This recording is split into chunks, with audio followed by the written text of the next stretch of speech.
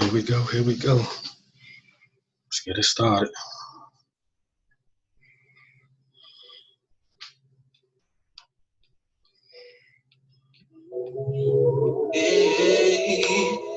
Interns. You can't bring me down. I know who I belong to. Yeah.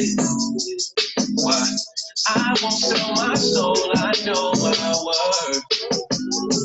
Yeah. Oh, they say misery loves company. Yeah. Show me hate, you won't get none from me. They say misery loves company. You show me hate, you gon' get love from me. These ain't raps, these evil spirituals. I tell them guard your light, they wanna steal your glow. I started this with 60-second videos. Slight work, came up with this in like 5 minutes, bro. I'm thankful for this talent that he's given me.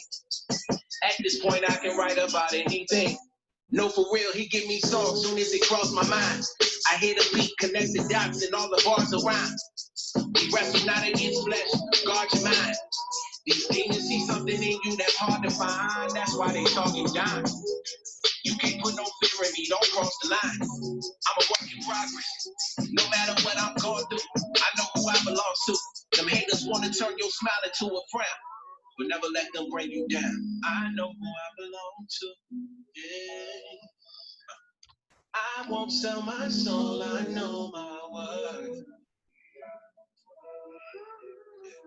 They say misery loves company.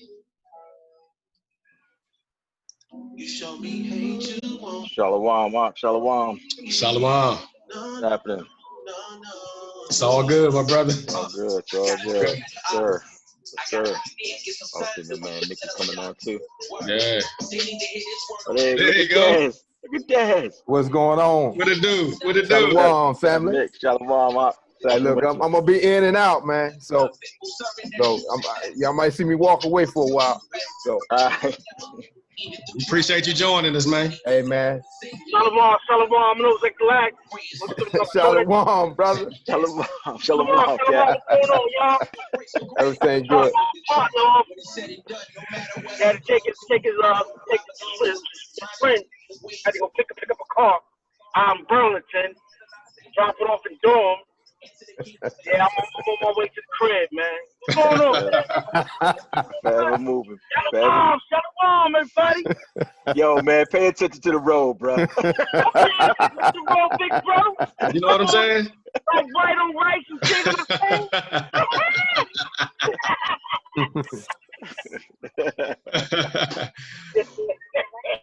Shalom. Shalom. What's going on with you, man? What's going on, everybody? Good?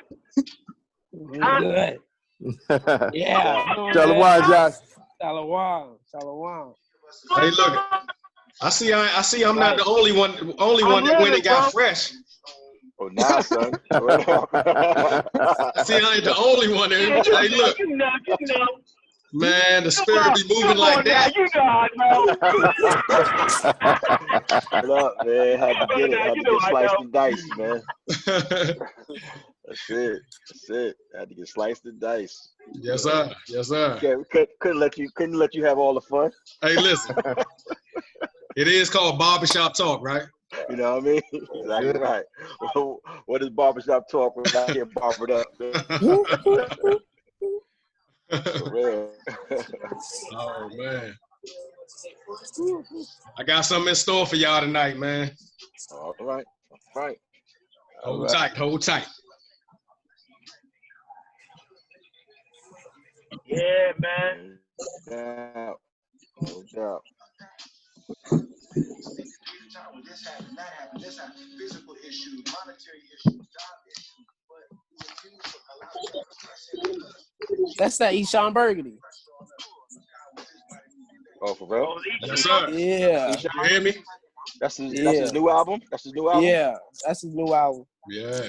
Oh, well. So he acknowledged that he's for the 12 times of Yashar. Say what? Truly like know who he is. I think. Hey, listen. He be throwing a lot of hints that he do.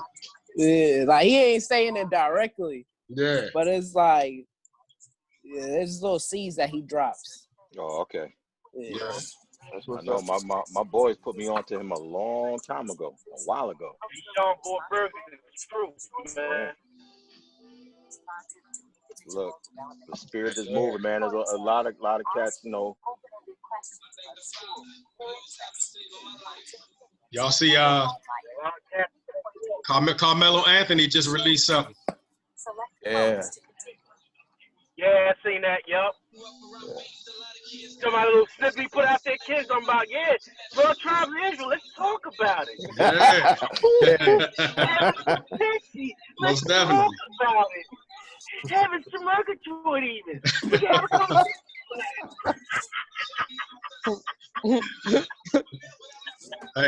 Hey, look, we don't sound so crazy now, do we? Yeah. Facts. We don't sound so crazy now. Come holler at your peoples now, man.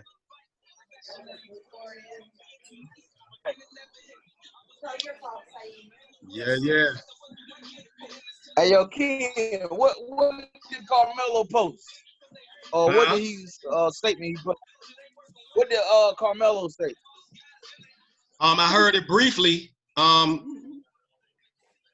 Rhonda showed me that he was saying something. He was like had a little. It looked like he might even had like a kufi on or a scully on. He was woofed out.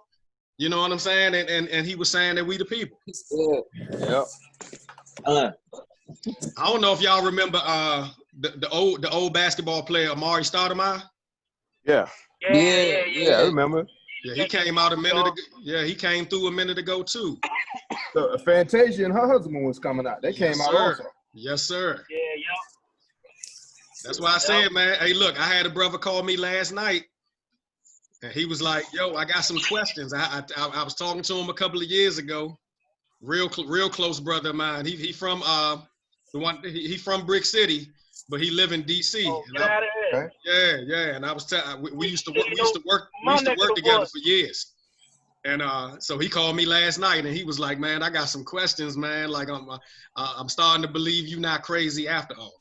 That's a beautiful thing, man. That's what's up. It is. Yes, sir. Like Big Bro said, Spirit of the Most High is moving, man. He's moving mightily.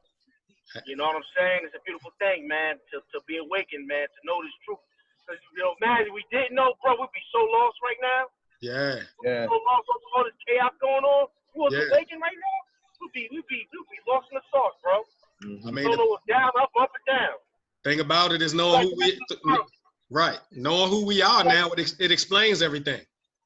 Yeah, we'd be like the rest of the world calling good evil, evil good. You know what I'm saying? We all kinds of confused and mixed up, man. Straight up, man. So praise y'all, man. Praise y'all for that.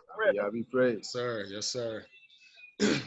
We're going to get started momentarily, man. I still got some fellas coming on. I got a treat for y'all tonight, so I definitely want to make sure I get everybody on that, before I do this icebreaker. I want to make sure I get everybody on so nobody misses out. So just stay tuned, man. Stay tuned. Chill. Y'all know how we do. All right, now I might have to come back with you because I'm going to be stepping out. I got you. Okay. All right.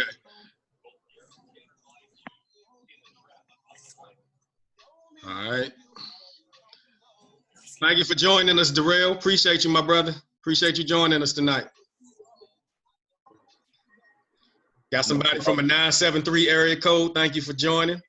Much love and appreciation to you. We got Josh McDuffie coming in. We got Josh Chambly already on. My man, Big Sam. Dez, we got Dez on. All praises to the Most High. He just came from Jack. You said you just came from Jack in the car. What'd you say? Yeah, Jack in the car. Nah, I had to get a car towed. My partner. I had to get a car towed. I had to drop it off at the project in Durham. Listen, man, I know how the peoples do out in New Jersey. I seen the movie. Jersey Drive. Short it enough, homie. Short it enough. There you go. I was about to say. Yes, sir. Man, I can't wait to get started tonight, man. I'm gonna challenge y'all tonight, man. It's gonna be a challenging one tonight. So I hope y'all ready, man. Although I'm a 973 number, I live in Virginia Beach. All praise to the Most High. Virginia Beach in the house. Virginia But I'm Beach from is Jersey. in the house. Yeah, but you got 973 area code. You from the way, make the Jersey. What Jersey from? Yeah. Huh? Say it again. What part of Jersey you from? Newark. Okay, I'm from Newark, bro.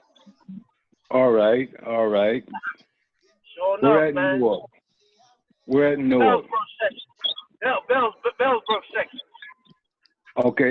You know where Society Hills is? Yeah. That's where I'm from. Oh, my man. Okay. Small world, man. Yep. That's for sure. Well, How you like Virginia Beach? I like it. Big difference from Newark. Yeah, thanks. Yeah, I moved out of Newark. I moved to Moore County. Been out there for a while with my family. And then I moved down to North Carolina. I live in Apex, North Carolina now. Actually, my grandma used to live. I moved into this house. I'm down here now. It's peaceful, man. Real peaceful out here. That's good. Yeah. Internet connection. Come over here. All praise to the Most High. All praises to the Most High, man. I thank y'all for joining us, man. We got a lot of new faces on tonight, and definitely I appreciate my familiar faces. Welcome to the Barbershop on behalf of our Restoration Center Charlotte. My name is Pastor Kenny. I've been doing Barbershop talk now from Zoom for about I want to say almost 2 months now, man, and in a very short period of time, it has truly bear the fruit that the Most High said that it would bear. And so that's a really a thanks that goes to the Most High, but also a thanks that goes to you for just hearing the spirit of the Most High, man, and just giving, Restoration Center a little bit of your time, man. I think everybody that has come on, I've learned something about, I've learned something from.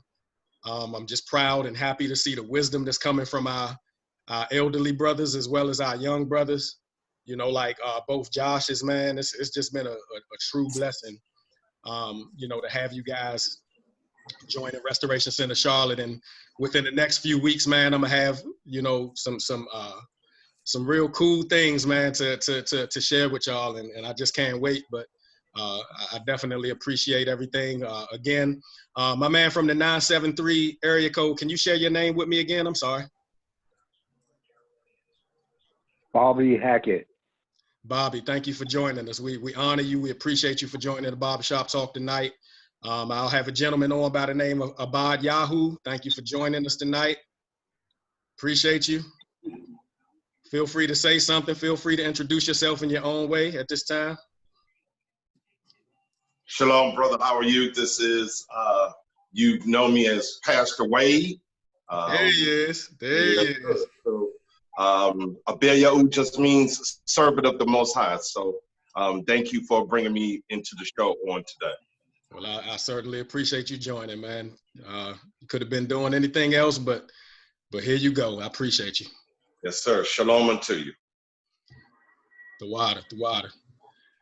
All praise to the Most High. I got my brother Lavander that just came in. All praise to the Most High. We got Mickey still joining us, still in the house. Thank you for joining us and hanging in there with us, Mickey. I know you're a busy man, but you always make your presence felt, man, and I honor that. I appreciate you. All praises to the Most High. All praises, all praises. All right, so this is what we're going to do, man. Before we actually get into the subject tonight, at this time, we're going to move on. Whoever come on later, they come on. It's all good. So I want to give out first of all, before I even say what I'm going to do,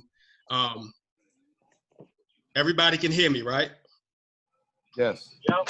All right. All right, so this is what I'm going to do. I have written down on a piece of paper, I've written down a number that I'm thinking between 1 and 100. All All right, between the numbers 1 and 100. I got a number that I already wrote down. All right. So what I'm gonna do is I'm gonna write your name down, and when I write your name down and I call you, I want you to tell me what number am I thinking between 1 and 100. What number am I thinking between 1 and 100? Since I'm gonna start at the top, I'm gonna write Dez down. Dez, what number am I thinking? 9. Say 9. Drum roll, please.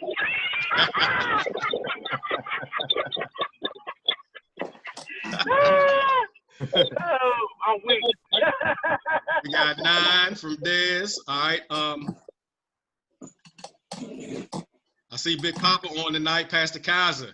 I see you in the house. Thank you for joining us. Pastor Kaiser, you there? Are you there? All right, we're gonna move on. Sam, what number am I thinking? 12. 12. All right.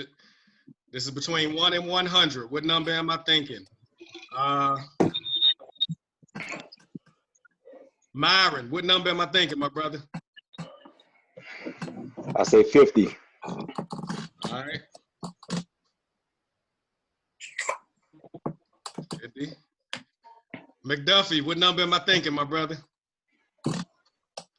Man, I was definitely gonna say 12, but I'm gonna just double it and say 24. All right.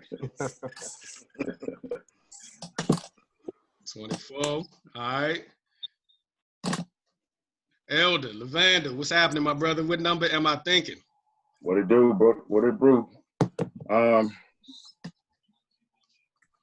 gonna go 58. All right, all right. Chambly, what number am I thinking? 48. All right. Mickey, you in the house. What number am I thinking? Come on, man. Give me that lucky number 7, man. I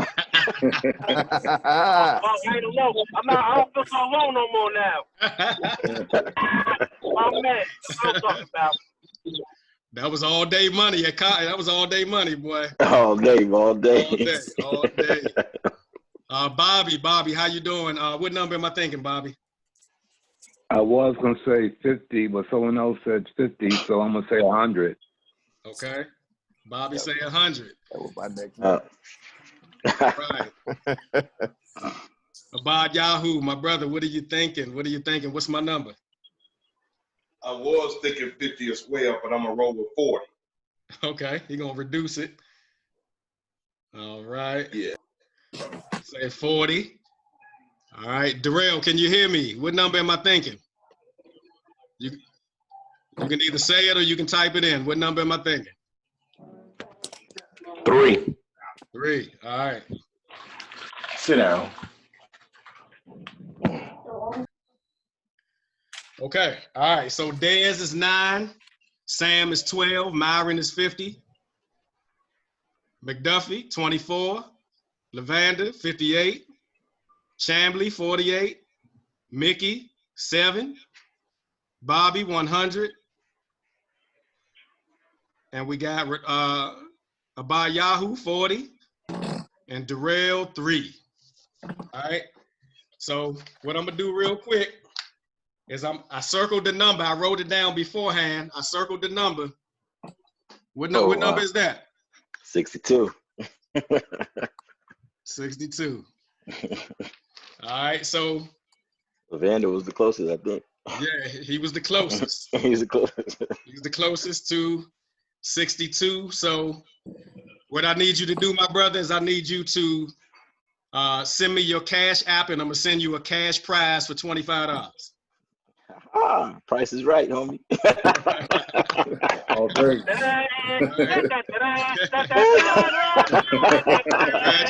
Congratulations. All great. All great. Come on down.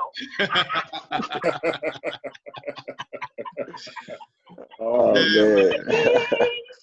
So listen, y'all, that's our icebreaker for tonight, man. I just like to mix it up and do something different every now and again, and just show y'all how much I appreciate you, man. And again, like I said, within the next couple of weeks, we're gonna have even a few more treats and things like that, man, that I'm sure you guys are gonna be blessed by and enjoy. Ultimately, I just want to give my ultimate thanks to the Most High, and likewise unto the sons of the Most High. To them gave he power to be the sons. That's right. You understand what I'm saying? I just want to give honor and reverence to my brothers that's on Barbershop Talk with me tonight. This is the place where we come in. We talk about some subjects that can only help us to grow and be a blessing, not only to us, but to our families as well as to our community. This is a platform for being transparent and accountable. I think more than ever, as men of the Most High, this is a platform and an opportunity that I'd like to present to you at all times to just get better, man. Just get better, because the world needs us, our people need us, and that's really all I want to say about that. But we got a few new people on again. Bobby from Virginia Beach. My brother Brandon just came in. Brandon, can you introduce yourself in your own way, sir? Brandon. Anybody home? All right. You might have to unmute yourself. I'm not sure. You are not muted on my side, but if you can introduce yourself, Brandon, I appreciate it.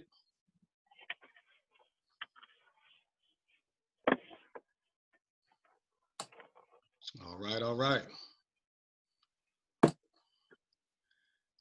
I believe in the FBI and the CIA. You feel me? Hey, for real. So if you can make yourself known, man, I need you to make yourself known. Please do. Straight up. Have 100 Gadites show up at your door. Yes, sir. Absolutely. It looked like he was connecting via audio. I'm not sure. Brandon, are you connected now? Can you speak?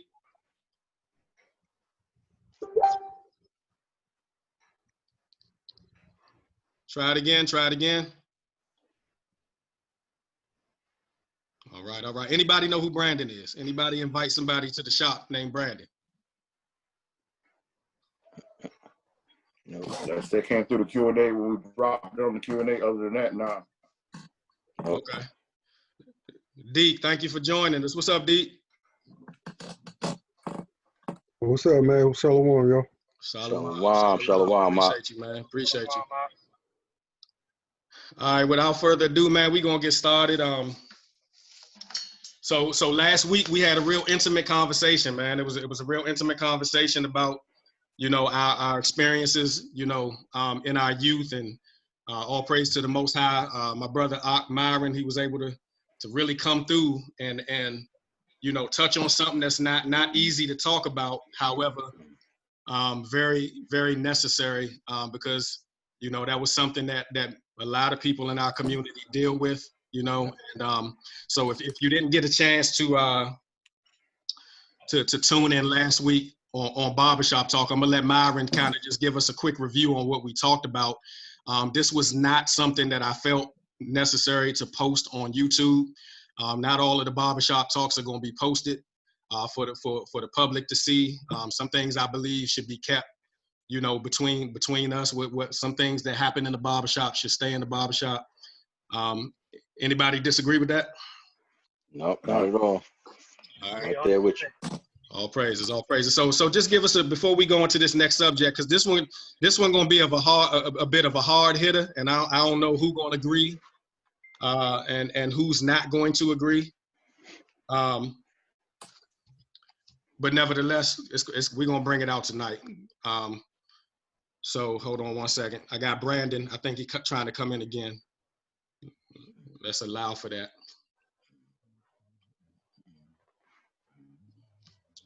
Hallelujah. Oh. See the audio connecting on Brandon, so we might get some feedback in a few seconds here. Yep.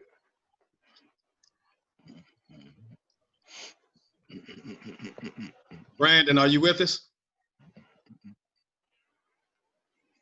If you can't speak audibly, then go ahead on into the chat and type a message in the chat at the bottom, of your screen, type a message in the chat, and just let us know how you found out about the barbershop. We're going to be patient and we're going to wait for you, my brother.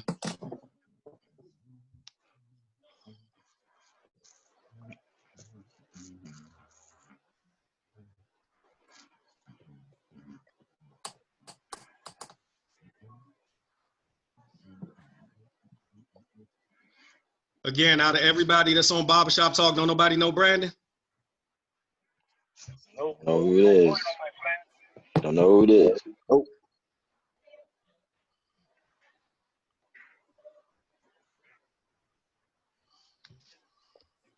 All right.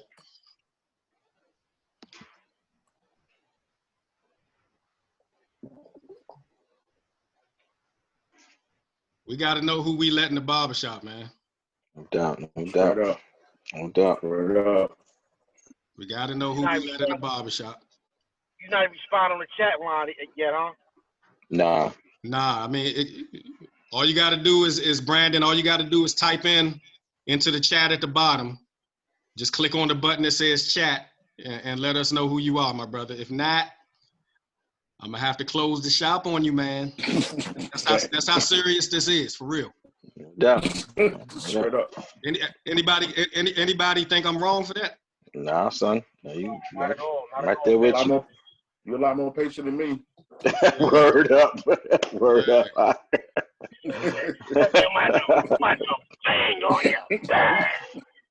Straight up. Yeah. I mean, we already enough of a target. You know what I'm saying? Man. Real.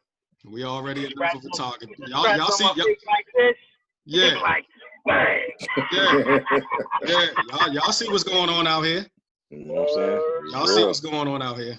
It's real. You know what I'm saying? So, with that being said, I'm gonna have to go head on and say shalom. Deuces. Goodbye. Hey, listen, I gave him 2 chances. Yeah. Right, facts. You know what I'm saying? But this is not only to protect Restoration Center Charlotte, but this is to protect my brothers. This is to protect y'all. And this is I don't care if you new and this is your first time, it's all good. But if you can't announce yourself or whatever the case may be, then you know you trespassing. That's it. You have to do. All right. So maybe I can work that out later. Just pray that I didn't offend a brother, but we can work that out later. I can work that out later. No, you let him know. You let him know what the deal was. So you know. Cool. All right. So go ahead, Myron. Just kind of share with us what the subject was last week.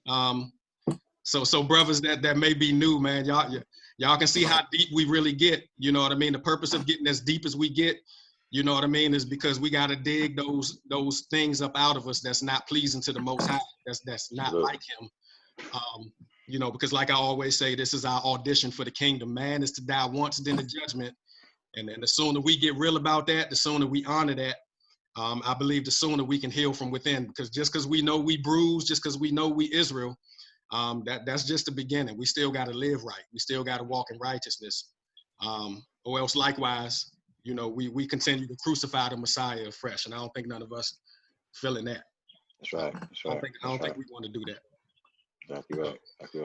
So again, this is a platform, you know, making better men for better days. So go ahead. The floor is yours, Myron. Yeah, so basically what we discussed last week, it was on my heart to really discuss one of the issues that plague our men as far as lust. And just like we discussed last week, lust can take on many forms. It's not just lust for the flesh of women or whatever thing. Even lust can take on many forms. And myself being transparent, I spoke about issues that happened to me as a child that kind of helped to bring those lust demons out. And I know now, I've spoken to several men, you know what I'm saying, and how these things still are being manifested right now in our men, and a lot of them, going through situations as far as their marriage or just relationships, whether they be with men or with women. Like myself, I know me, I had relationship issues as far as just a lot of anger and mistrust of a lot of people because of what I dealt with as a child, the things that I went through as a child, the molestation, all of these things. And I know a lot of our men and women, have dealt with that, you know what I mean? And they're still dealing with that right now.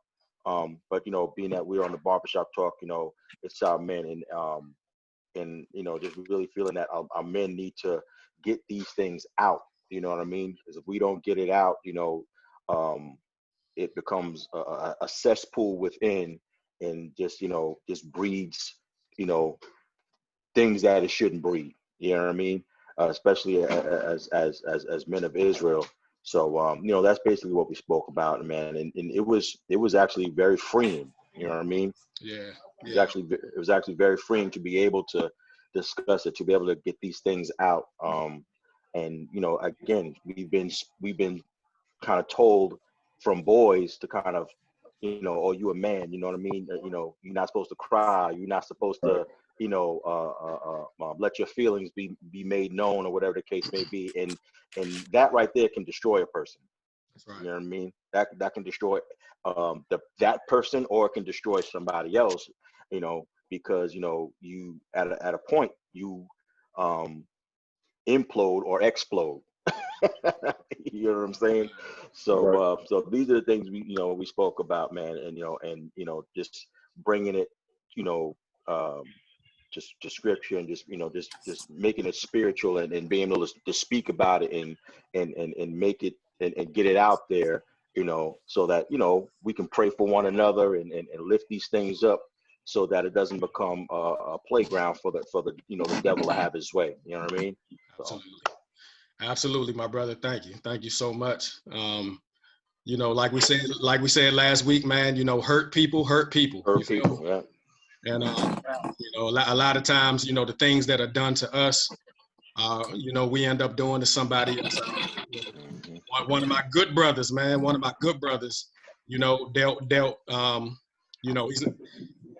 he's not on this Barbershop Talk, but one of my good brothers from the DC area, man, he dealt with domestic violence. You know what I'm saying? Like, he loved his mother, but he literally at some point hated his father because of what his father used to do to his mother.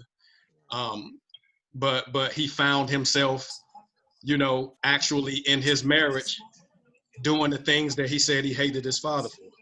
Oh, wow.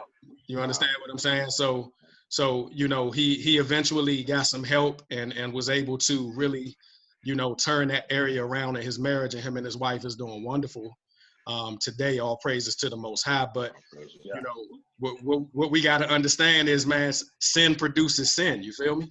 Yeah. Yep. Absolutely. And if we don't confess it, and if we're not transparent before the Most High, and likewise, transparent to our brothers, or at least somebody that we trust, then that sin can so easily beset us. It can so easily multiply into different areas of our lives. And then when the Most High is trying to move, in our life, especially in our vessel, those things that we have yet to confess will contribute to us not being able to hear him and follow him as plainly as we need to. And in this day and time, we fellas, y'all see what's going on out here. We need to be able to hear the Most High. Yes. I'm talking about all the way down to going to the store. Yes.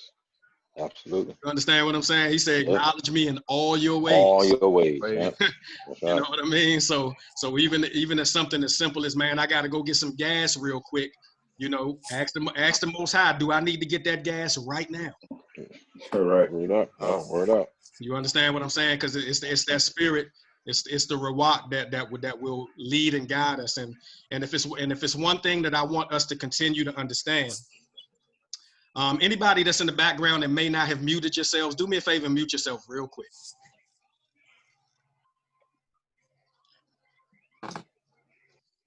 One thing I need us to understand, gentlemen, is that we are in, you know, what I would like to call a perpetual Passover.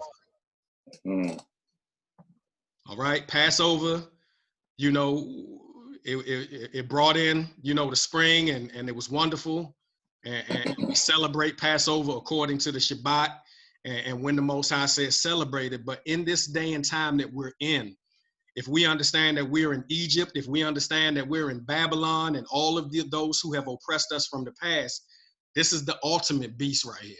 You feel me?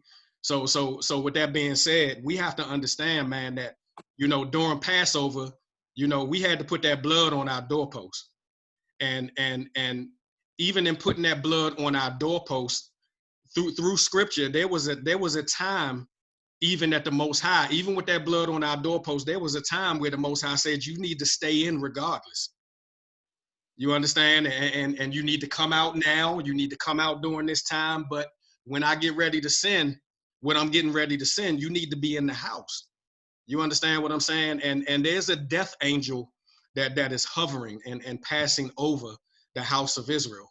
And if we have not understood that right now we are in a perpetual Passover, which means every single day we need to be seeking the Most High, living by the blood, understanding that not only should we put it on the doorpost of our home, but we need to put it on the doorpost of our hearts.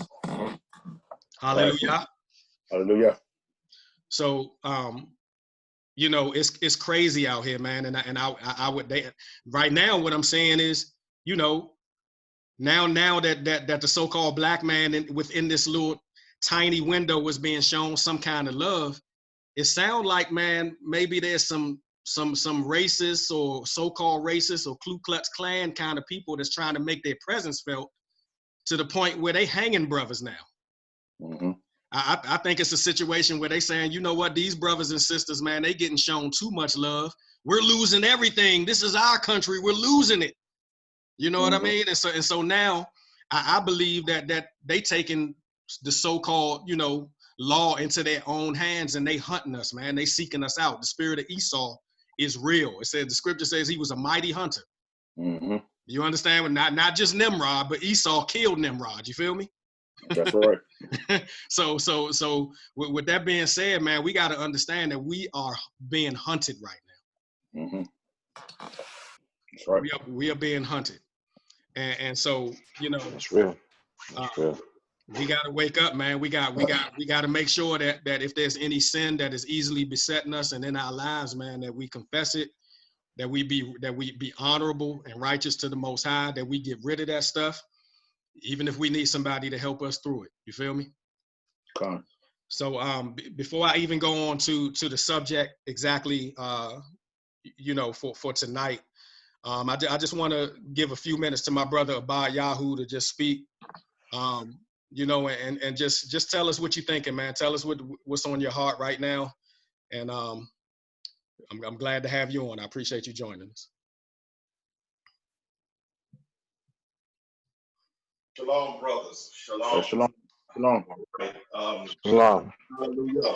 First and foremost, I'd just like to thank each and every one of you for being here by divine appointment to discuss such a very vital issue and concern. And a couple of weeks ago, I did watch the Barbershop talk, and it was very interesting because of the curses that our bloodline carries. And we really do not understand exactly what we are doing because we have forgotten our identity. And not only that, but the oppressor, as you read in the scriptures, that the oppressor will completely wipe out our memory of who we are to the point that we will entertain the violence that has happened upon our own people. And we would just look at it as just hearsay. Please read the book, The Cross and the Lynching Tree. Is very powerful when you think about how our Messiah was lynched on a tree. Now, people talk about crucifixion. He was actually lynched. And this was done during the middle of Roman imperialism.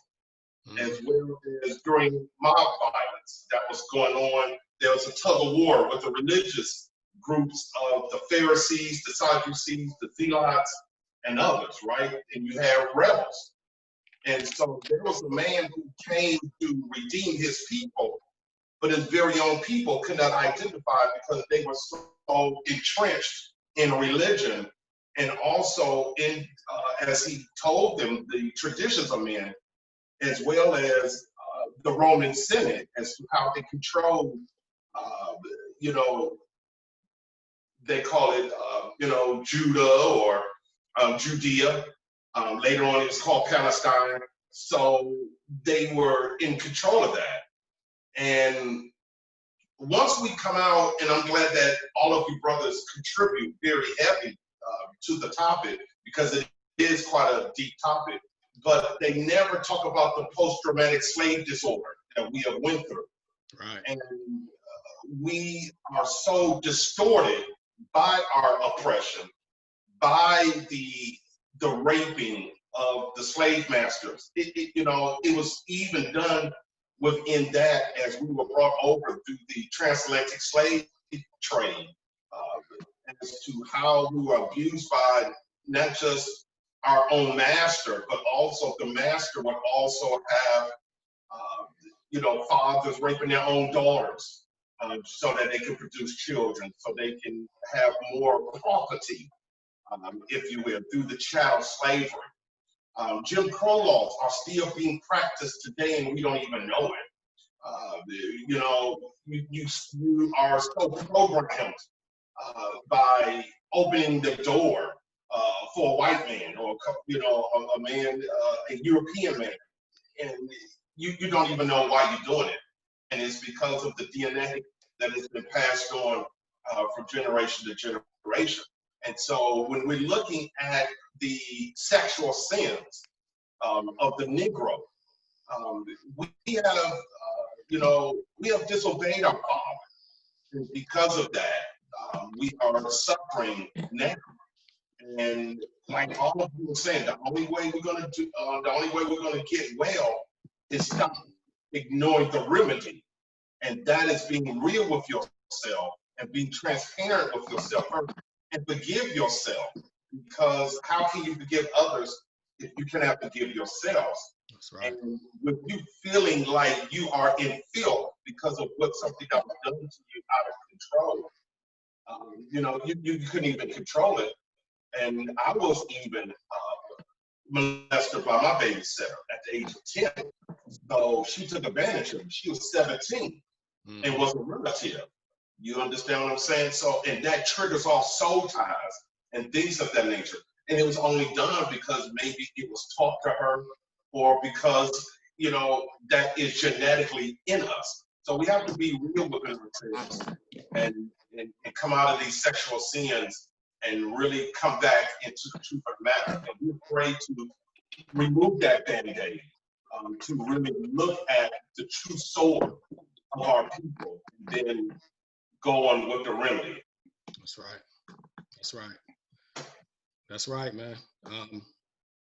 I couldn't have said it better myself. It's really, you know, this is something that we have to deal with, man. You know what I mean? We can't continue to ignore, you know, these particular sins that are not only going on in our community amongst the unbeliever, but I mean, let's just keep it real, man. Even within the house of Israel, even to those of us who know we are Israel, man, we got a lot of madness going on. See, this is when you really read the scriptures and you believe the scriptures concerning our fathers and you know, our ancestors. Man, you can see where they went astray and they did some real wicked stuff. You understand what I'm saying? And they knew that they were Israel. You feel me?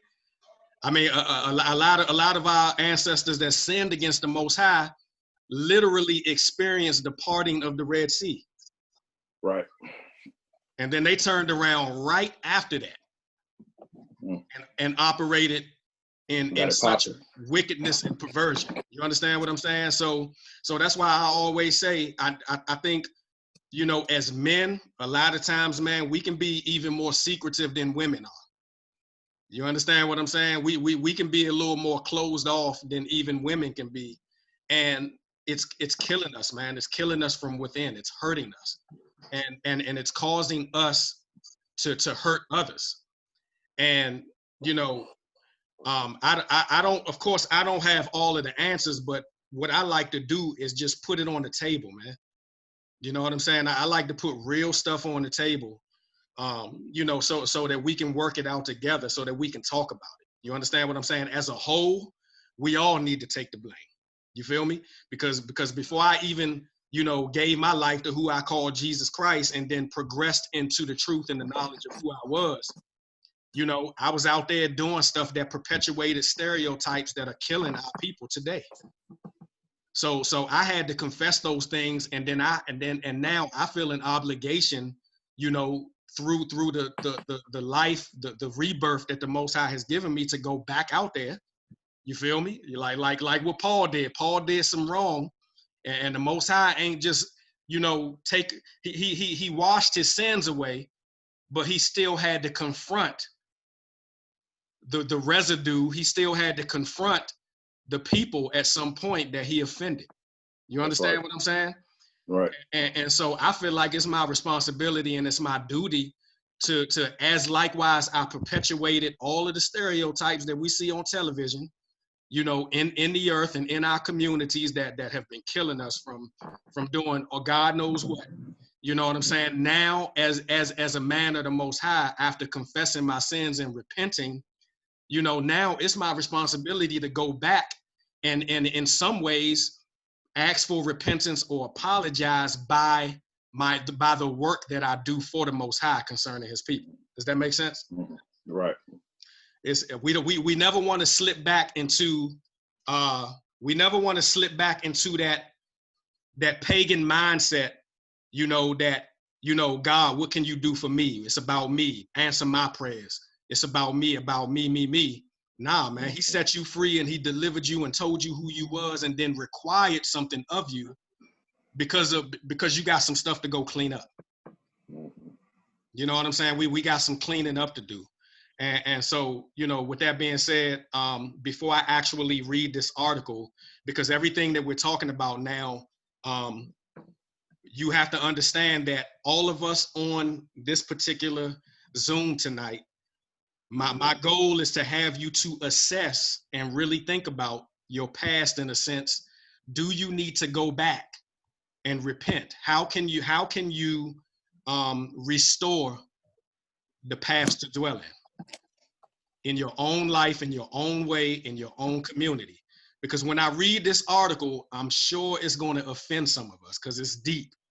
And this article that I'm going to read is coming from one of our sisters. All right, it's coming from somebody that looks like us.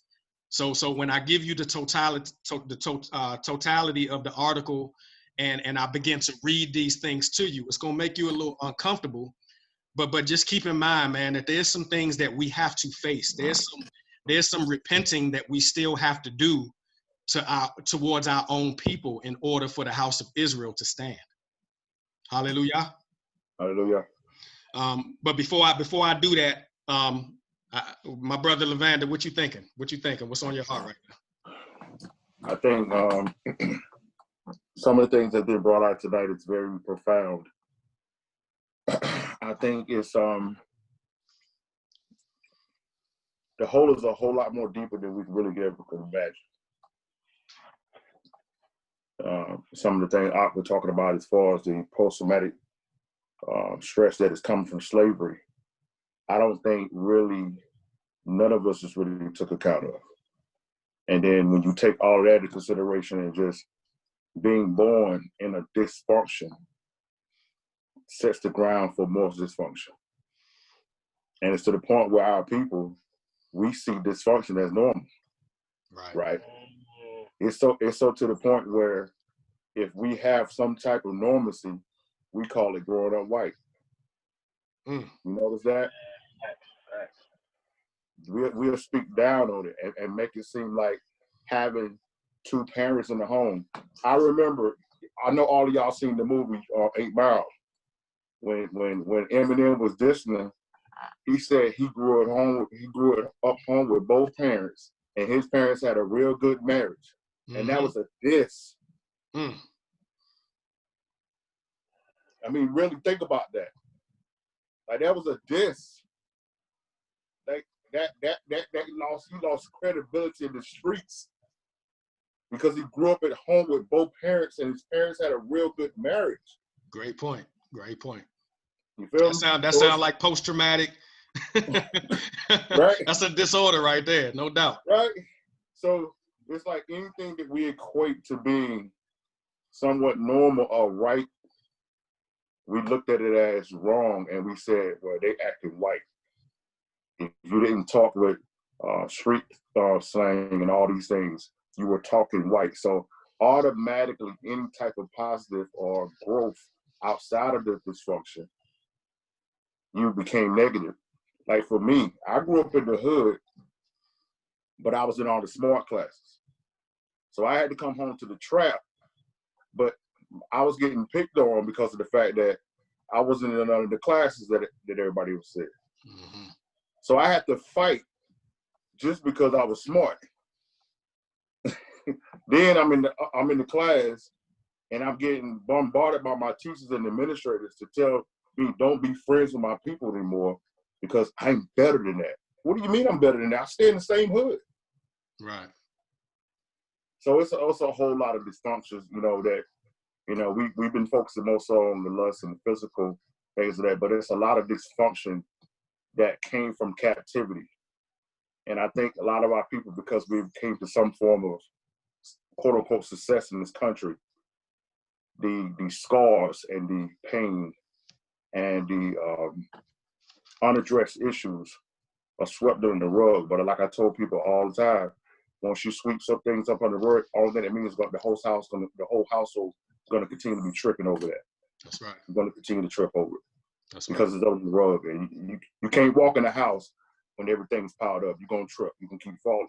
And it's contagious. Right. Hey, gotta disrupt, y'all. I hate to break out, but I gotta break out. I gotta get up real early in the morning. I gotta eat dinner. Just get to the house. No doubt. I apologize, family. I really man. enjoyed this here. Right. And I want to piggyback off the article and all that stuff, man. That just sounds like it's gonna be a profound thing coming forward. Like I said, I know I got skeletons in my closet, things I need to clean up in my closet. You know what I'm saying? Stuff from my past or things I'm not aware of or whatever. But I praise y'all for this, man. This is beautiful. This ain't gonna be the last time y'all can say I'm gonna get on here. It won't be as long, but I'm gonna get on here and chime in with y'all and build. You know what I'm saying? It gets sharpened, man. It's just iron sharpens iron. Yes, I'm sir. gonna get on here and get sharpened, man. I'm gonna sharpen y'all. Whatever that case may be, out of most I lead. Absolutely. But I got a quick tab, y'all. So no doubt. Hey, look, man, we appreciate you. First of all, we appreciate you coming on. And now you done made yourself such a staple on the barbershop, man. We don't stay away too long, my man. We need you up on here. No doubt. Right. They say after these messages, he'll be right back. Shalom, brother. Shalom. Appreciate you. Shalom. Shalom. Up to next week. All right, y'all. Y'all be good, man. Shalom, family. Shalom. That dude wild. Yo, Dez is wild. He's a wild boy. He's a wild boy. So, no, you right, brother. You know what I'm saying? Like, the more we pile up, things that in our lives that really need to be dealt with, it begins to spread into a situation where we begin to affect others negatively. And we supposed to be the ones bringing the light. You feel me? Okay. So if we can't deceive ourselves into thinking that we can hide ourselves behind, just precepts or, coming up with ways to destroy Christian doctrine, so on and so forth. We got a lot to deal with, man. Even another subject that I'm going to bring up, if not next week, the week after that, we got to talk about how necessary and how important is our worship. Con. May I say something right quick, though, Ark, before you go into that? Yes, sir. You sparked something. And that's another thing, too. It is almost as the Christian church has become another punching bag. Right. It's becoming another punching bag. And now we're lashing out on, and in return, if you notice a lot of times, they're not attacking the hierarchy. They're attacking their own people. Right.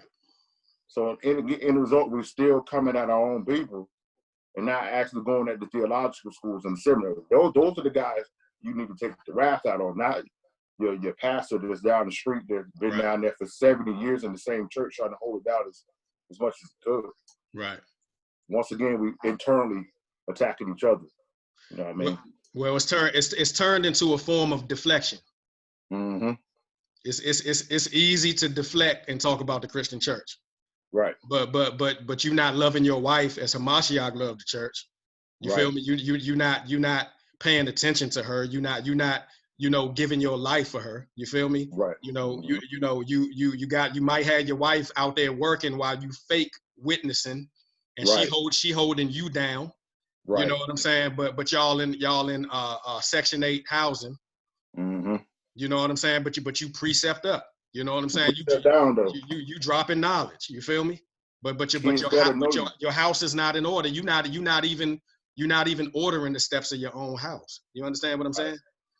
And so these are some real things that we got to clean up and deal with, man, before the Most High comes, because we don't know. He can come in a few minutes, y'all. You know what I'm saying? Think about how the disciples operated, man. You know, they operated like he was coming back that same day. Right. You know, but here we are, you know, with the truth, playing around. We lax. We like we say in DC, we bojangling. You know what I'm saying? we playing around. Dancing a jig, you know what I'm saying, when we really need to be focusing about our Father's business.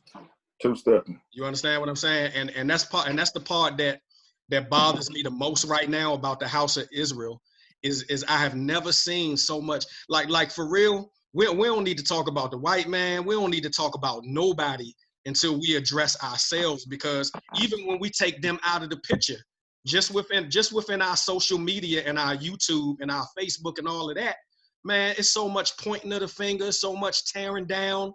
You know what I'm saying? So much madness going on within us that it's no wonder that the nations disrespect us like they do, because we forget they sitting in some high places, so their vision is real clear and they see what's really going on.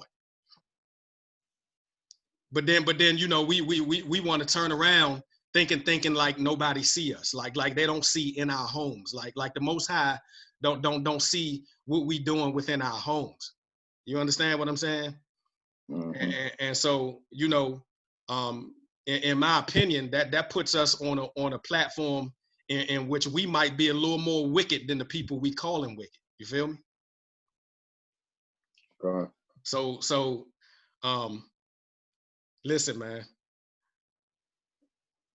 I love my brothers with all my heart, mind, soul, and strength. And by bringing these things out and talking about these things, to be honest with you, it helps keep me accountable. Mm-hmm. Because I'm one of those men that, you know, once they come out of my mouth or once I say it, you know, I'm in bonds to what I said. You feel me? Yeah, right. Absolutely. So I found out, you know, that sometimes for me and my personal gain and my personal growth in the Most High, I got to put it all out on the table, and I just got to say it, so that way I don't have no choice but to face it, so that I can overcome. Come on, God. Come on. I don't know about y'all, but that's my strategy. You know what I'm saying? Word up. Absolutely. Trayvon, thank you for joining us. Is there anything you'd like to add or anything you'd like to say at this moment? No, not really. I'm just more so listening. But how everybody doing? You know, I'm Trayvon. Just came in the chat to see what y'all was talking about. You know, appreciate you, brother. Get a feel for everybody. But, you know, I'm listening to what you're saying, and I just understand that within my own life, you know, I still have things that I need to address that, you know, I've been pushing to the side, and, you know, I've been praying on it. So, you know, coming in here and hearing you talking about it, I always, like, when I pray and then I hear it from, like, one of my brothers, you know, I think of it as the Most High talking to y'all to tell me that you have things you need to deal with, so you need to address it. So just hearing you say, it's just, I know I have some things in my life that I need to fix up. Without saying any names, Trayvon, do you have an accountability partner?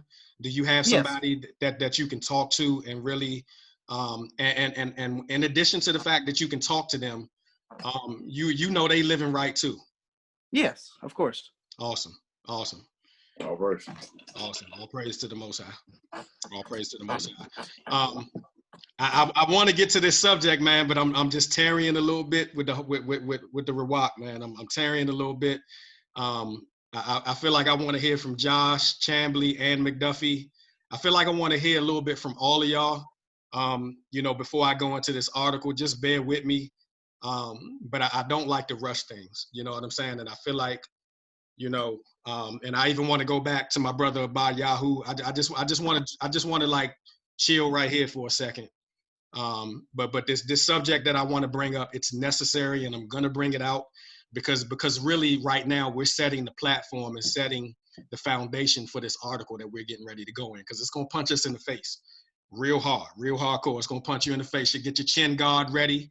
You know what I'm saying? Like, stand up straight. You know what I'm saying? And get ready, because it's coming. But Chambly, talk to me, brother.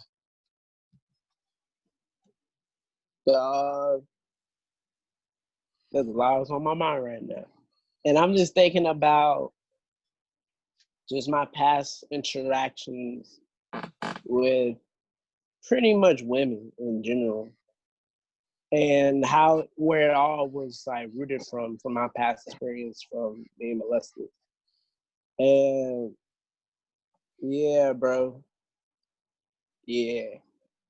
That's pretty much what's on my mind. And it's a whole lot of scripts came in my mind, but like this one was matched pretty much me right now, how I'm feeling right now. This is 2 Peter chapter 2, verse 20. For if after they have escaped the pollutions of the world through the knowledge of the Master and Savior, Yahushua HaMashiach, they are again entangled therein and overcome and latter in, and is worse with them than the beginning. For it had been better for them to not know the way of righteousness than after they have known it, that to turn from the holy commandment delivered unto them, but is happened unto according to the true proverb, the dog has returned to his own vomit again, and so that was washed to her swallowing in the mire. So pretty much, yeah, man. How can you take that scripture and apply it to your life personally? So my life, pretty much, I'm gonna take Paul's advice, and it's better for me to be single.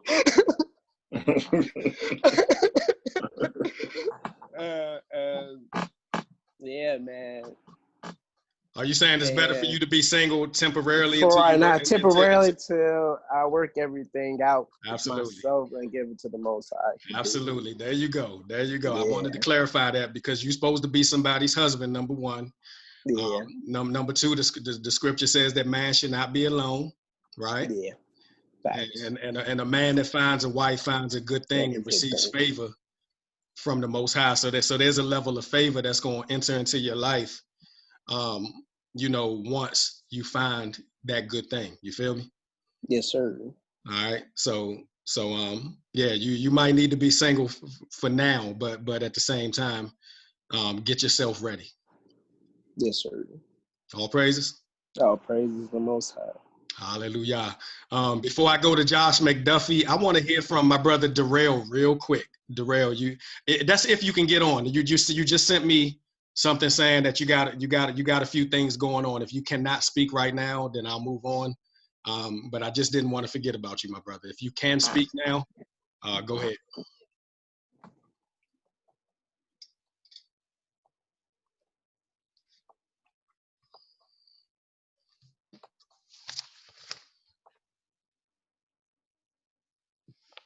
Hallelujah. All right, I'm not going to belabor. If I can come back to my brother Darrell, I will. I want to go to Josh. Then I want to go back to Abad Yahoo. I want to hear from all of y'all as much as I possibly can. But we gonna get to this article. Trust and believe that. But McDuffie, what's on your heart? What you want to say, my brother? So can y'all hear me? Okay, yeah. Just as y'all was talking, especially what Elder Lavender was saying, I was just kind of getting a revelation for myself, and it was really just about how we view sin, because I think sometimes we look at sin as a right or wrong thing, like I did this or didn't do that. But when you kind of break the word down and you get to understand it, it's more like this is wrong with the world, this is right. And so as you could look at our people and you can see there's sin in not just what we're doing, but there's sin about who we are or who we aren't walking as. These things are two issues. And man, I'm just thinking, like, as zealous as we are for the law and for the scripts, I think we need to understand that there's law even outside, just Deuteronomy, just Leviticus, things like that. There's the law that the Most High spoke from the very beginning. Like, just for example, when he created everything and he said it was good, when he created male and female, but we're out here treating each other as if he didn't create that good. And that's really breaking the law as well. Mm-hmm. And so I guess when I start to understand sin like that, I become more zealous for attacking those things in my life that I know don't align with the Torah, with the word, with the script, because I understand that that's also breaking the natural law that the Most High set for us. Mm-hmm. And so I guess that was basically what I was getting from all that. It was just, we really need, if we talking about keeping the law, we talking about being righteous. Our righteousness needs to exceed just the things that we read. Our righteousness needs to pour out into our communities and just everything that we about. Whenever we see sin or whenever we see things that are not according to how the Most High intended, we need to attack it with that same zeal that we would if we're correcting somebody that's using scripture incorrectly, or, if they're not wearing their fringes or zits, or something like that. So yeah, I guess that's what I was getting, but it kind of just was a reminder for me that there's more in our lives that we need to focus on, and that righteousness is truly a journey.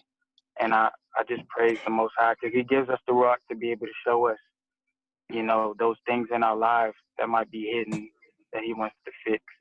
So, Yeah, absolutely. Pretty much one of the things that's striking the chord with me right now is even how Hamashiach was talking about, before you can even take, anything out of someone else's eye, you got to remove, remove that which is in your own eye so that you can see clearly. And if that is not a call for humility, I don't know what is. Right. But I'm gonna ask Abad Yahoo, can you pull up for me Revelations chapter 2 verse 4? If you got your scripts with you, can you pull up Revelations 2 and 4 for me? Sometimes this be scary, fam. Yeah. Because I had that same verse until Josh said what he said. Yeah. I went to Matthew 5:20. Yeah. That's crazy. That's crazy. That's crazy. It's crazy. I know. Just like you. Of course, I'm not surprised that you had the number closest to what I was thinking. I'm not surprised. That's just what it is. You feel me? Abad Yahoo, are you with me? Are you here? Yeah, I'm with you. All right. I want you to read based on what we've been saying and what we've been talking about. I want you to read Revelations 2 and verses 4 and 5, And from there, I just want you to elaborate on that. All right. First and foremost, we have to look at the history of who Hamashiach is speaking to. He's speaking to the congregation in Ephesus, and that was like one of the major countries or lands in, they would call it Asia Minor or Minor Asia. Also a particular type of land that Shaul, or the Apostle Paul, the emissary, had went through to speak concerning the good news. And we read that he says in verse 4, nevertheless, I have somewhat against you because you have left your first love. Verse 5 says, remember therefore from whence you are fallen, and repent, and do the first works. Or else I will come unto you quickly, and will remove your candlestick out of this place, unless you repent. It says, now this you have, that you hated the deeds of the Nicolaitans, which I also hate. And the Nicolaitans were individuals who came through a particular person who once knew the truth by the name of Nicholas, and he rebelled against the teachings of Mashiach. Right. He that has an ear, let him hear what the Ruach says unto the congregations. To him that overcomes will I give to eat of the tree of life, which is in the midst of the paradise of Elohim. Mm-hmm. So we're talking about congregations and people that must, we must be able to endure. We must, a lot of people say, yeah, I'm saved, but you're not saved yet until he comes and redeems us. Right. And it's powerful how he said, if we are to overcome, and what is it that we're trying to overcome? That's the thing. And the Mashiach talked about that. He talked about for those who, it's a very powerful scripture that has been,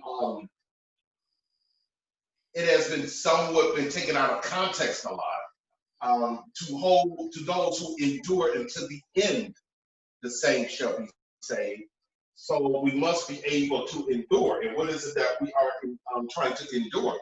We're trying to go through our trials and tribulations and hold on to our absolute belief in the Mashiach coming back for us. And, like me and you and Pastor and Elder Vander, we was talking about the culture of righteousness. Mm-hmm. And where we need to return to and stay there. That's the first love.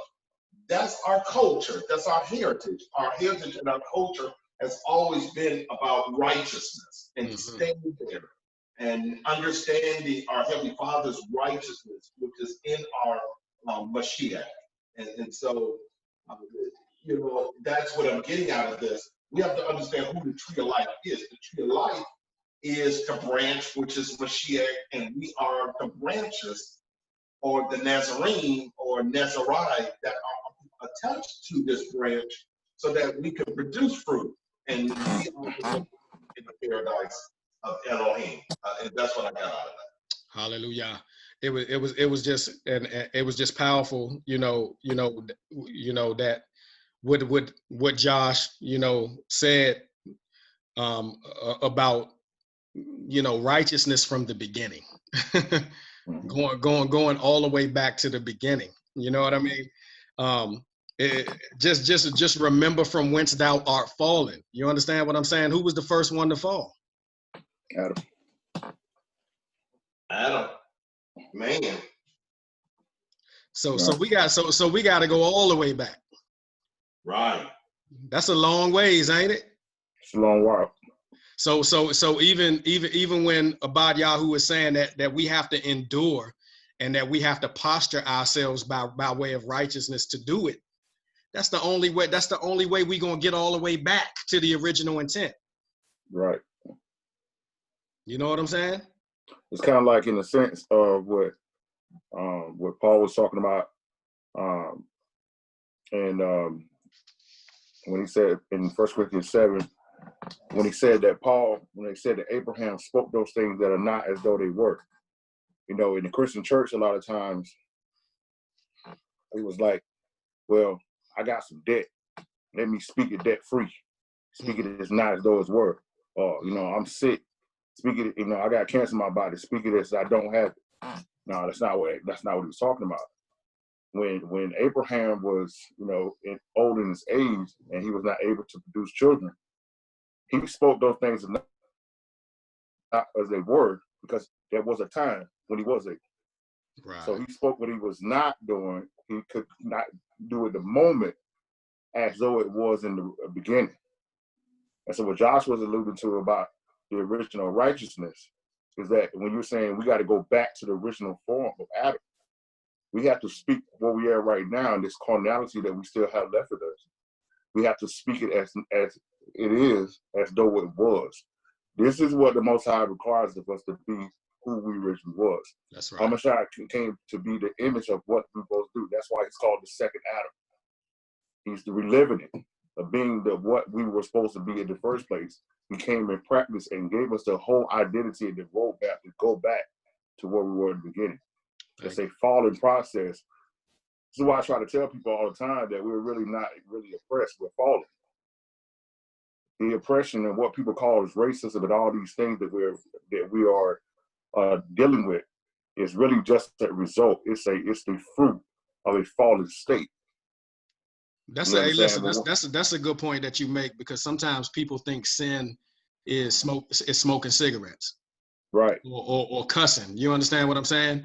And at this point in the house of Israel, I feel like this doctrine, as it pertains to Esau and being oppressed, I'm starting to learn that may now for me fall in the category of smoking cigarettes. Right. You know what I'm saying? It's a lot more to it than that. It's ABCs. It's ABCs. Listen, I remember when I first came into the truth, Deuteronomy 28 and Psalms 83 was the bulk of everything that I was talking about. It wasn't until I got to Deuteronomy 32 and found that he said that he was going to take us out of remembrance. That the Most High did it. When I went to Jeremiah 30, he says, why are you crying about your affliction? I did this to you. Right. It's the equivalent of my mama whooping my butt and me going in there cussing the belt out when I'm talking about a white man. Right. We are empowering him by making it as if he did this to us. Right. That's what Black History Month is about. Listen, that's all this stuff is for us to go back and say, this is what you did to me. Right. But you're not doing it anymore. This emboldens him. So when I ask you to say to me, give me civil rights and make me equal, I'm already acknowledging that you're greater than me. Like asking you to make me equal to you. When the Bible don't add up, does it? It don't add up. You know what I'm saying? I mean, think about it. The Obadiah lets us know that he's the smallest of all the nations. Yet he has placed himself in all the different worlds and calling people minorities. Understanding that the only minority on the earth is him. Right. Right. That's why he had to master the power of deception. Right. He said it's the psychological warfare. So with that being said, is, you know, at the end of the day, doesn't it come back to us? Man, I've been saying this for a minute. You know what I mean? we give too much power to these people, man. When again, you know, it's the Most High that put us here, because you know our forefathers broke the covenant. You know what I mean? It was the Most High that said he was going to do this. You know, the white man didn't say it was the Most High that said I'll kill and I'll make alive. You know what I mean? You know, it's so crazy because you know Levander was talking, and you know I already had the scripture in my head of humility and what that looks like, and you know, and one of the things is in Leviticus 26, I think it was the 41st verse. It says, you know, and that I, you know, Most High speaking, he says, and that I also have walked contrary unto them and have brought them into the land of their enemies. If then their uncircumcised hearts be humbled and they then accept of the punishment of their iniquity. Wow. You know what I mean? Then will I remember my covenant with Jacob, and also my covenant with Isaac, and also my covenant with Abraham will I remember, and I'll remember their land. You understand what I'm saying? So that's what, that, you know, when he says, you know, if my people who are called by my name shall humble themselves and pray and seek my face. When he speaks about that humility, part of that humility is acknowledging that we messed up. Yes. Yes. We messed up. Yes. And are messing. Hey, listen, and are messing up. Right. We messed up and we're continuing to mess up, right? And we haven't, you know, and this is the consequences of that messing up. Accept it, but also know what you need to do to get back in right standing. That's as right. well. Right. That's right. You understand what I'm saying? And confession is one of those things. Confessing. That's it. Right. That's it. What was the worst thing we could do when we got in trouble in school and our parents was asking us what happened? Hide it. No. But what blame was the worst thing somebody we could else? do is talk about what somebody else did. That's right. Well, Johnny was doing this, and what's your name did that. Boy. Point the finger. Yeah. On top, shit done. That was me. Bringing up somebody else. That was me. I asked you what you do, and then I'm like, yo, Ken was doing this, and so Byron did that, and so we like, what? You better go live with Ken, and you better go stay with Byron. Because over here, we ain't playing this. So that's the same thing with the Most High saying. When you come talk about the white man, listen, what do they got to do with me? What I tell you? They got to do with me. Hey, look how deep this is, right? Deke, take us to Genesis 4. Look how deep this is. While we busy pointing the finger and blaming somebody outside of our nation, if we're gonna go back to the beginning and we're gonna deal with Adam and we're gonna start back from the beginning in order to find our first love. Right. Let's see who was to blame, man. Let's see who the blame started with. That's it. Because all of Genesis is in the beginning. You know what I'm saying? Badra Ashyath, in the beginning. You feel me? So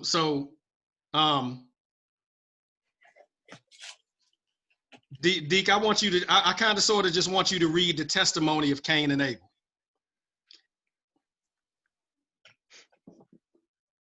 Would you start from? You can start at verse 1. We got time. 1 to 13. Okay. And Adam knew Eve, his wife, and she conceived, and bare Cain, and said, I have gotten a man from the Lord. And she again bare his brother Abel, and Abel was a keeper of the sheep, but Cain was a tiller of the ground. And in process of time, it came to pass that Cain brought of the fruit of the ground an offering unto the Lord. And Abel, he also brought of the firstlings of his flock and of the fat thereof. And the Lord had respect unto Abel and to his offering. But unto Cain and to his offering he had no respect. And Cain was very wroth, and his countenance failed. Read that one more time, verse 5. But unto Cain and to his offering he had no respect. And Cain was very wroth, and his countenance failed. Cain was very wroth, and his countenance failed. All right? We know what comes along with that. Shame, blame, offense, pride, lust, jealousy, all of the things that is operating in our Black and brown communities. And we know Cain and Abel were either one of them the so-called white man? Neither. No, not one. Okay, I just wanted to pause right there so that we going back to the beginning. We're finding our first love. We finding out how we fail. You feel me? All right. So pick back up at verse 6, D. And the Lord said unto Cain, Why art thou wroth, and why is thy countenance fallen? If thou doest well, shalt thou be not accepted. So here we go. Now here's an opportunity for honesty and transparency. Are we gonna hide the sin in our life? Are we gonna hide what's going on? Or are we gonna be man enough to deal with it? Right. You heard me? Let's go. Read. And if thou does not well, sin lieth at the door. What? And Hold on. You said what? Hold on. You said what? What lieth at the door? And if thou doest not well, sin lieth at the door. Sin Right there. lieth at the door. Go ahead, Op. Go ahead. It is. Josh brought this out earlier. You said, listen, this is before Torah. This is before Torah. Hey, look. That's how you know this young man is an animal. He is a beast. 144,000, man. Let's get it. Woo! Right here, man. I mean, this is clear as day. He didn't say, yo, if you go out and fornicate, sin out of the door. He said, if you do it well, you're good. If you're not, sin lies at the door. At the door. Right there waiting for you. Yep. What you got, Deke? I see a precept. Bring it up. I was thinking about second Esdras. I was trying to find the third chapter where it was talking about how Adam failed. When Adam failed. Yeah, that malignant root. That's second Esdras. It's down to the end. Second Esdras 3. I was looking for. It's down towards the end, like 40 something down in the end. It said that malignant root did not leave. Yeah. Because he first failed. Like this is in the beginning. He only had one commandment, and he could don't eat this. Right. He wasn't like Myron. He didn't have 7 jobs. He only had 1 job. Yeah, 1 job. Don't eat this. And when he failed, that sin that was planted in his heart to be disobedient to the Most High. Where was it planted, Deke? In his heart. In his heart. Yeah, it's 22. Because 21, 22. Because the serpent beguiled them. That's in you and what they call 2020. Right. So we got to recognize that and deal with that. Get to the heart of the matter, as they say. Get to the heart of the matter. Keep reading. Set in the middle with 7. Sin lieth at the door, and unto thee shall be his desire, and thou shalt rule over him. And Cain talked with Abel his brother, and it came to pass, when they were in the field, that Cain rose up against Abel his brother and slew him. So Cain rose up against his brother and slew him. Right? This is what's getting ready to help us get to this article that I'm getting ready to bring forth. This is what's getting ready to, and it's crazy how the spirit is moving right now, because this right here, off of everything that you brothers have been saying, is perfectly bringing us into alignment with this article that I'm going to read, because it's really going to sound hateful. You're going to get offended, but at the same time, if you deal with the heart of the matter, then hopefully you can find it in yourself to have a desire to fix this situation that we have within the house of Israel. All right. So now let's go to verse 8, D. Verse 9. I'm sorry, verse 9. And the Lord said unto Cain, where is Abel thy brother? And he said, I know not. Am I my brother's keeper? So now, in my opinion, I got children. I don't know how many of y'all got children, but right now I'm feeling like, are you trying me? You sounded kind of disrespectful right now.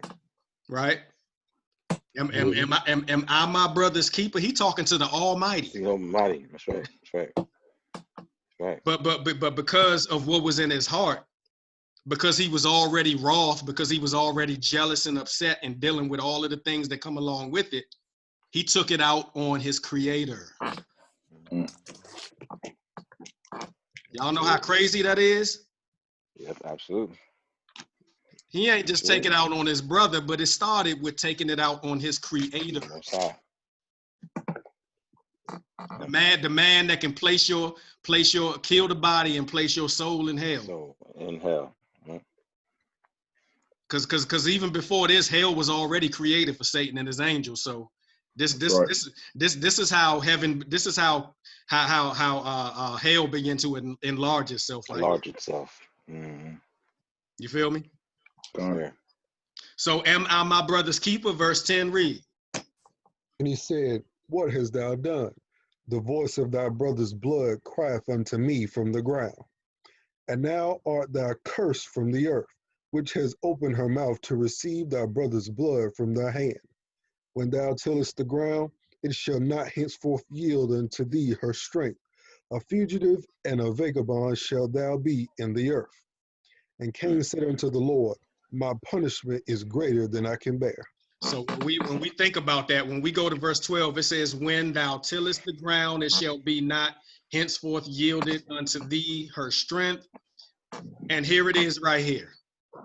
Think about COVID-19. Think about the outlook of the so-called black man in the community and in the country today and in the world. How do they look at us? It says here in verse 12, a fugitive and a vagabond. And a vagabond shalt thou be in where? In the earth. In the earth. In the earth, a fugitive and a vagabond. So you see how we are viewed today in our communities, and we wonder where it started and why Hamashiach told us to go back to our first love. We got a lot of healing to do. We got a lot of confessing to do. And it starts with us. It starts with us asking the Most High to search the reins of our hearts, right? So that we can fix this problem. Now, in the meanwhile, we look at the beginning and I'm gonna read through this article and I want y'all to listen to this. It's called Facing the Facts.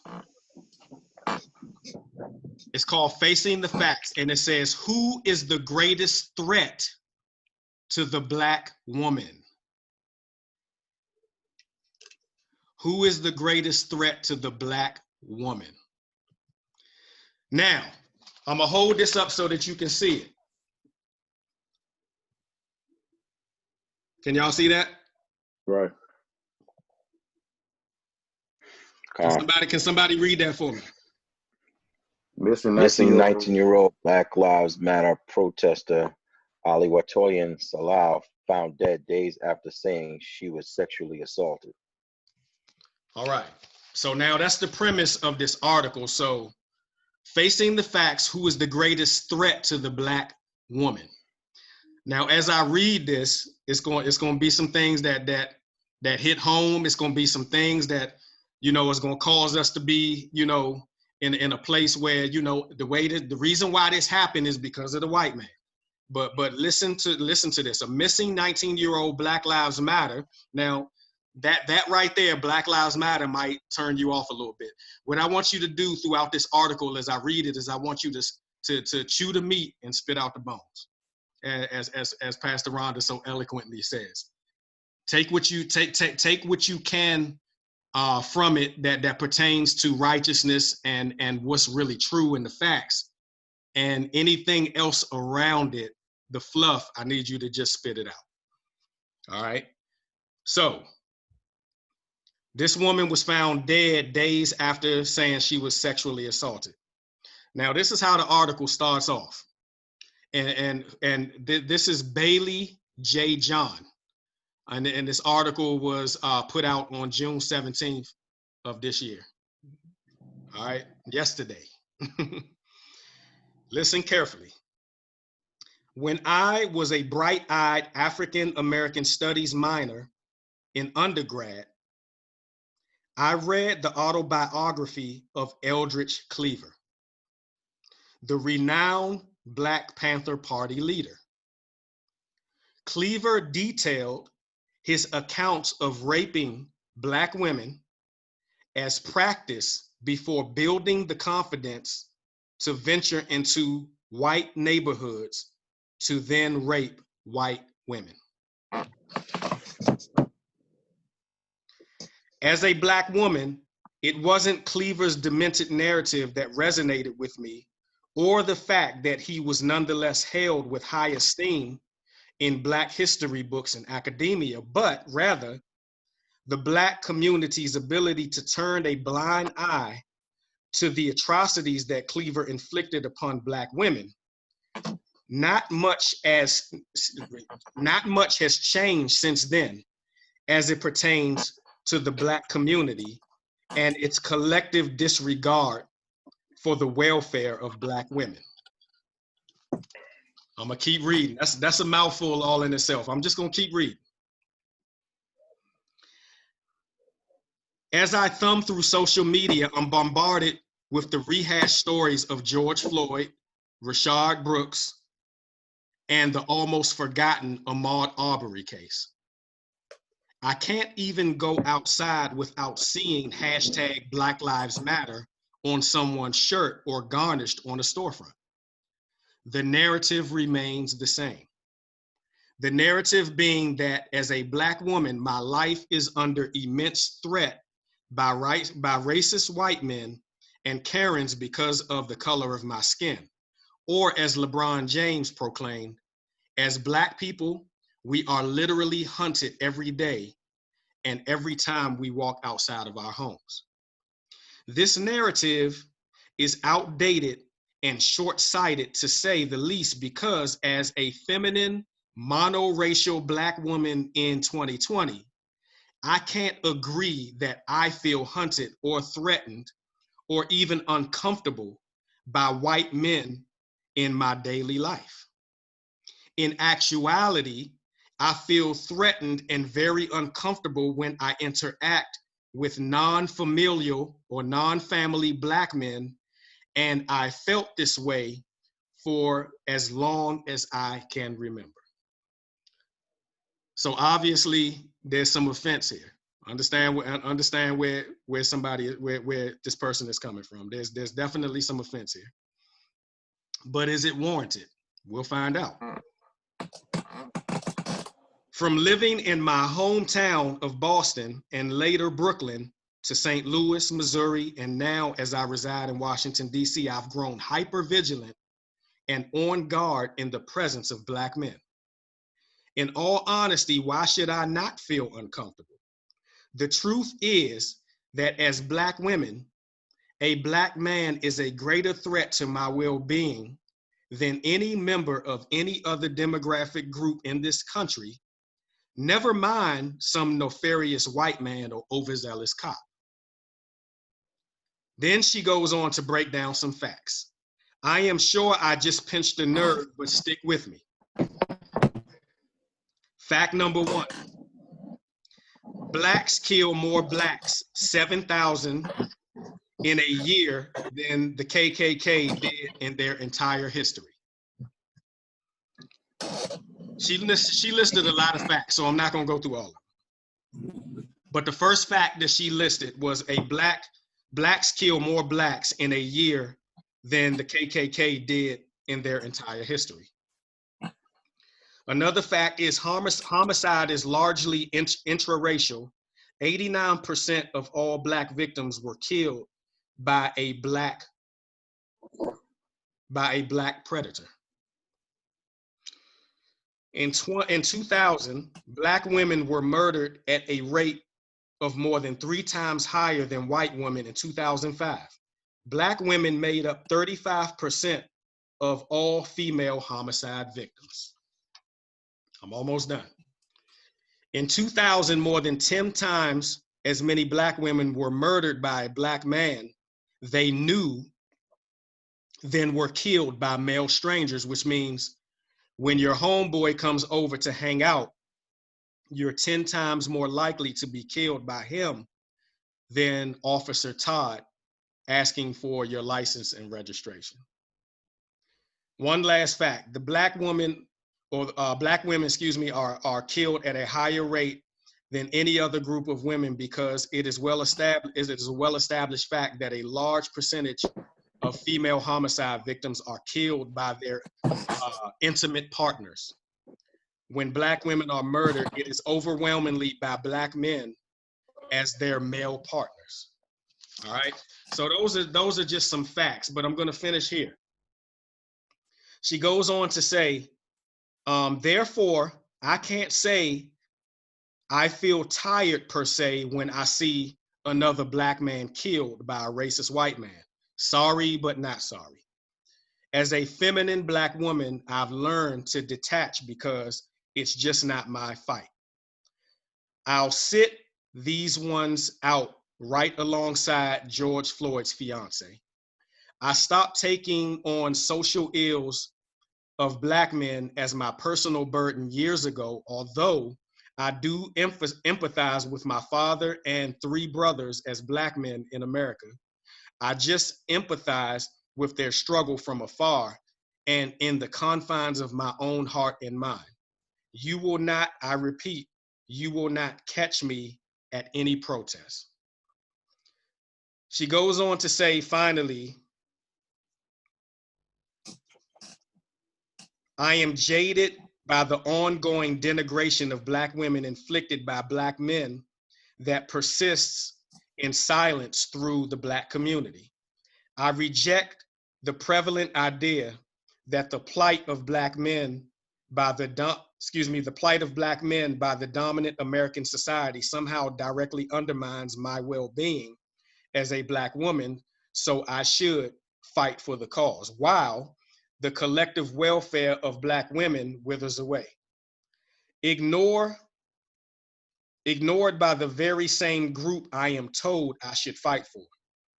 So everyone can miss me with the narrative that my life is constantly under threat by some racist rogue cop. Scroll up, read the facts, and repeat.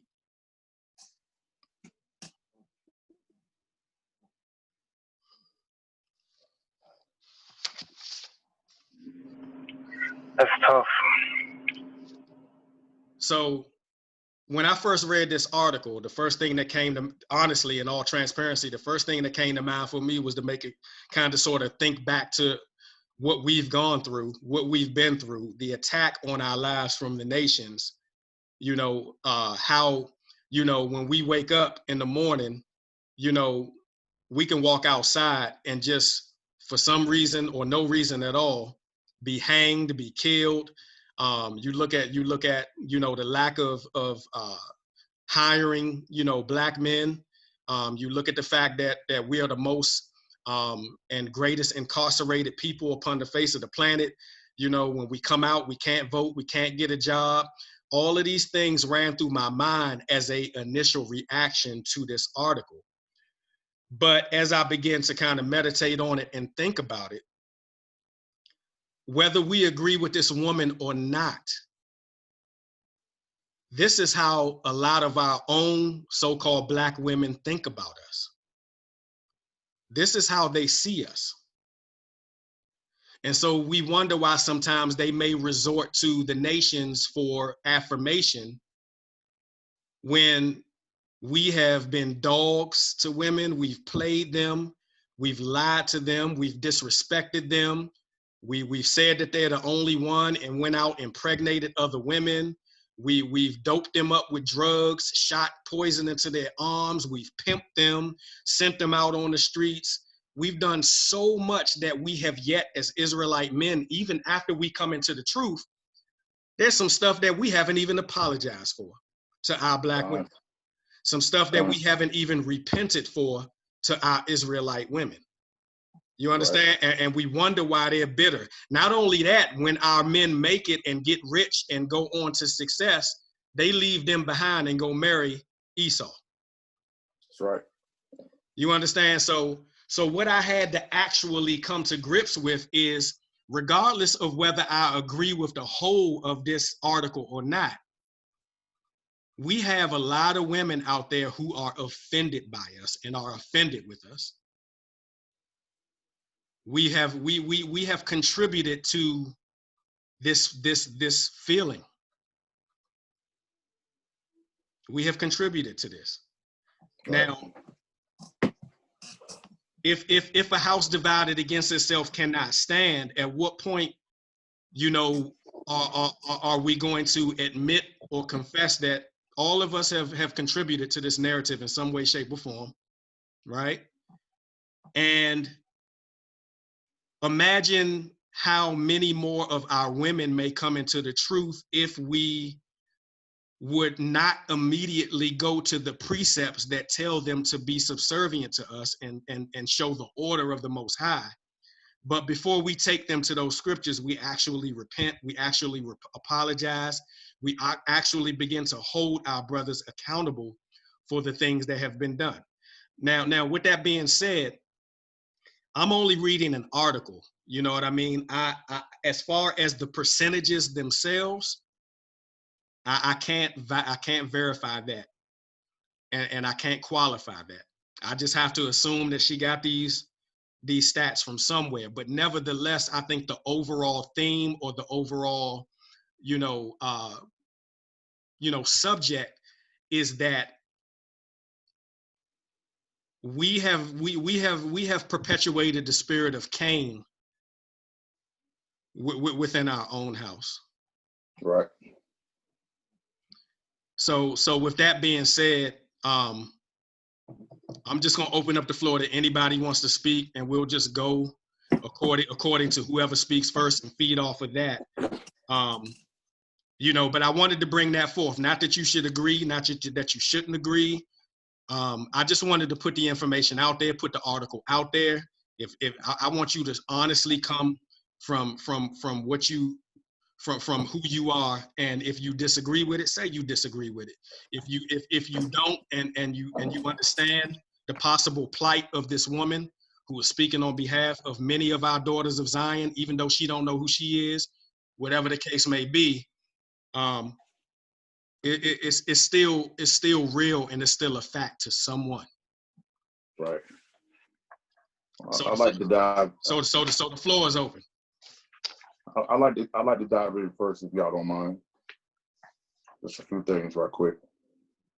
Number one, the article is 100% accurate. It's just the way it is. No denying it. Okay. Anybody that denies it is in denial of themselves. My problem is just a few things with it. Number one, timing. It's all about timing. One of the things that we always have to be we're mindful of in our community is the season when things are said, and understanding the magnitude and the power of words. People always quite said many times that the pen is more mightier than the sword. And so what happens a lot of times is when people, like you said, have these unresolved issues, hurt people. So you can automatically tell just by reading the article that she's been devastated by black men. Because her whole thing was, I'm not saying this to bring out the facts. I'm bringing this out to say, I don't care nothing about what goes to them because what has happened to me and other women, right? So in the midst of this, the timing issue is one of the issues I have with it.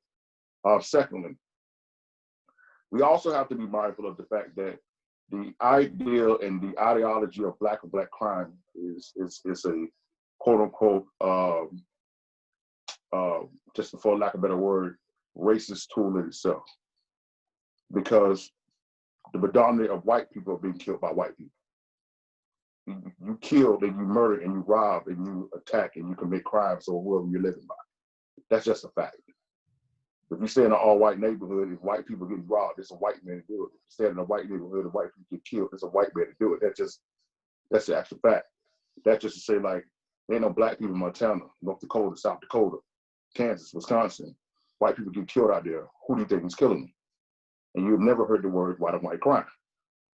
So I'm pretty sure that there's more white men were killed in a year by white men than any other gang of black killers. So those facts, when they throw it out, these things are automatically used to sway the article and change the narrative one way. Because who are killing Asians in Chinatown? Is it black people? Who's killing Jewish people in their Jewish neighborhoods? Is it black people? People are dying every day, B. When you look on all these shows, on all these serial killers, these white men killing each other, they kill 40, 50 bodies, they're killing white people. Okay, so I've never even entertained the whole ideology of black on black crime, because that is anybody. Whoever you live by, that's who you kill. That's who you rob. That's who you steal. Okay. But having said all of that, it's facts. And I think a lot of times when we want to focus on what's wrong about it, it causes us to skip over what she was actually saying. Now, in a minute, I had to ask you, was that Candace on? I thought it was Candace on first. I really did. It sounded just like I thought it was Candace.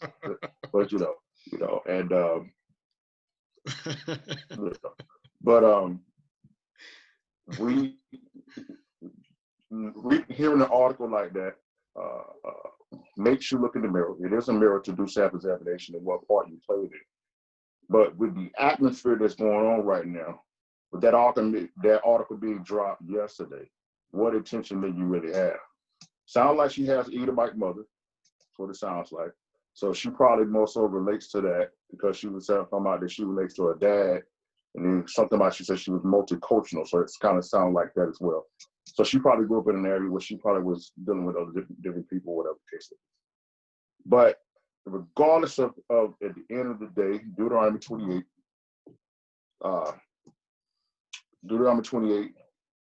verse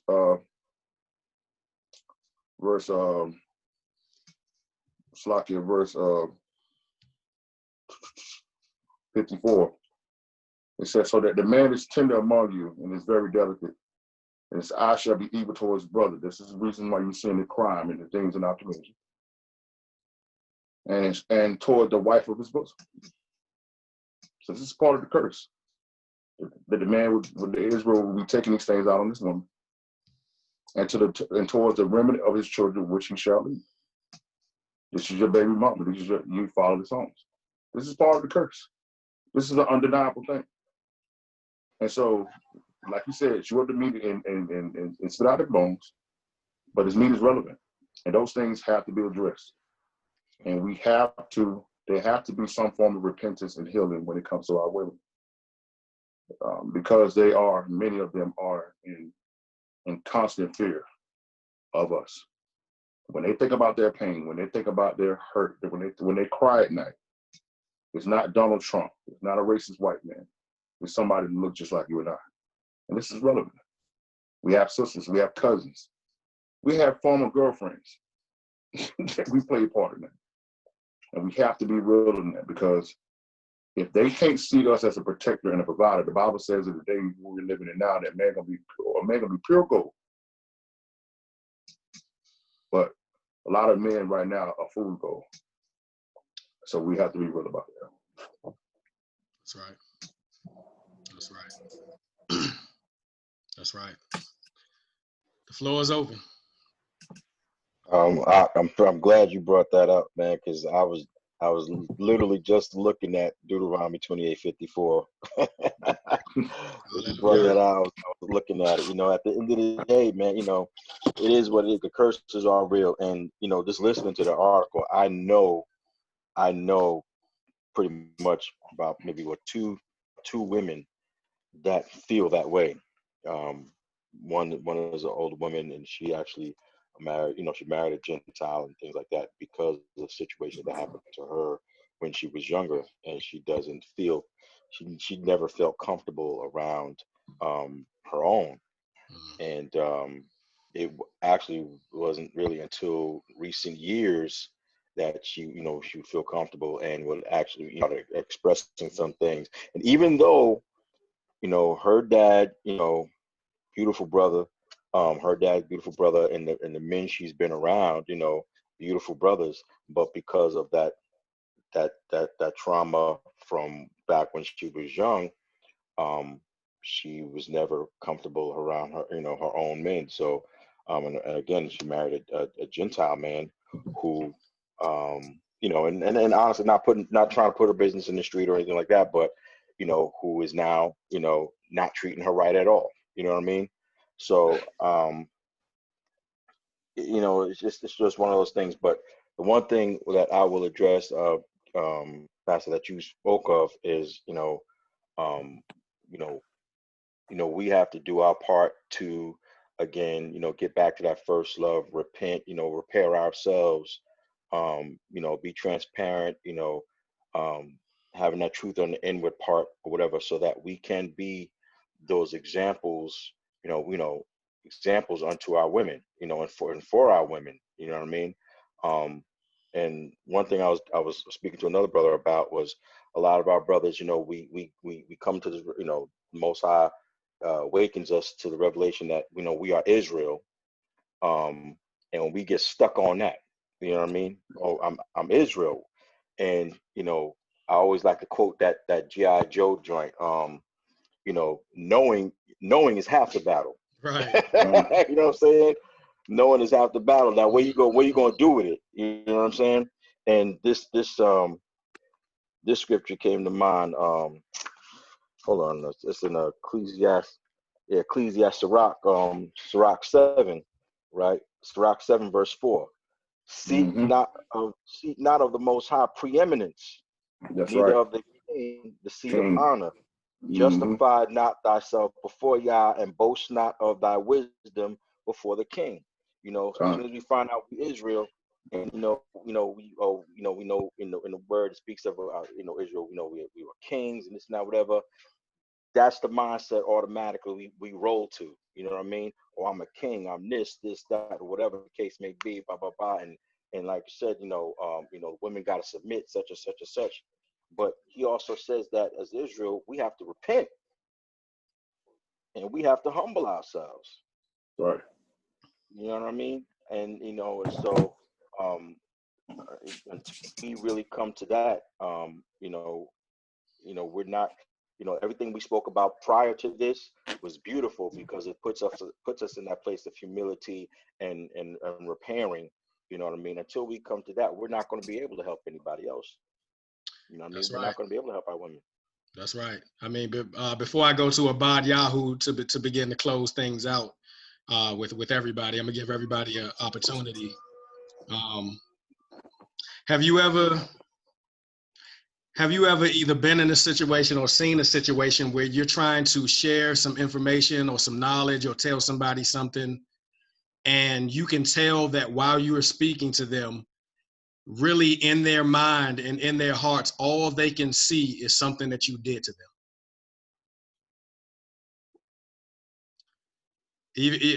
Even as a husband, in the past, I might bring something to Pastor Rhonda and I'll be trying to tell her something. But while I'm trying to bring correction, or while I'm trying to tell her something, probably in her mind and in my mind as well, simultaneously, I'm thinking she's not receiving what I'm saying, or she can't hear me because I didn't apologize for being disrespectful to her earlier. Am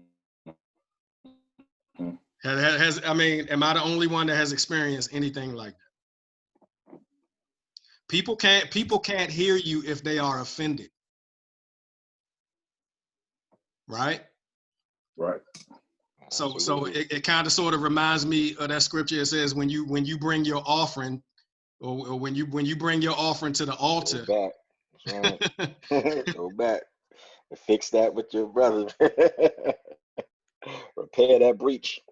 You know what I'm saying? Mm-hmm. So this article, when I totally agree with the narrative and the timing and everything. I totally agree with that. What I wanted to get from it is, as men of the Most High who is preaching the law, statutes, and commandments and the faith in Hamashiach, if we are to be sort of what we would call, little saviors or semi-saviors in leading up to the ultimate savior, I feel the need to be an intercessor to those women who have been hurt by our people that have yet to apologize. We do. Can you imagine how powerful it would be if we all met? I'm talking about all of us on this call, met at one place at one time and stood before battered and bruised and hurt women and offended women and we apologized on behalf of everybody that has ever hurt them, everybody that has ever disrespected them. Awesome. Just us standing as Israelite men, and just recognizing, or at least admitting, listen, in this moment, it's not necessarily about how we feel. Mm-hmm. It's about healing. Healing. Right. Even within our relationships with our wives, especially, or our significant others, sometimes being right is not enough. Exactly. Absolutely. So sometimes being right is almost doubling down on the sin itself. Mm-hmm. And it's not because in that moment we're wrong or anything like that, but we haven't planted the seeds, we haven't watered, we haven't prepared whoever it is we're talking to truly receive what it is we're trying to get to them. Right. And we haven't admitted and recognized the offense that, as the men of the Most High, we've caused, whether we've caused it while we were Hebrews, because trust and believe, it's a lot of brews out here that's hurting women. It's a lot of brews out here, that's telling their women they need to be subservient and keep the law, statutes, and commandments, but then they'll tell her, come sleep with me, and they not married. Right. Absolutely. You feel me? So I mean, it goes back to the original thing that I was saying, man. If we don't deal, if we don't deal from within and start from within, absolutely, even within the house of Israel, we will continue to perpetuate everything that will divide us. Come on. And sometimes, as men, being transparent, being humble, showing vulnerability to our women and to even those men that we have offended. If we can't bring ourselves to that place, I don't know how we're gonna get the job done. Right.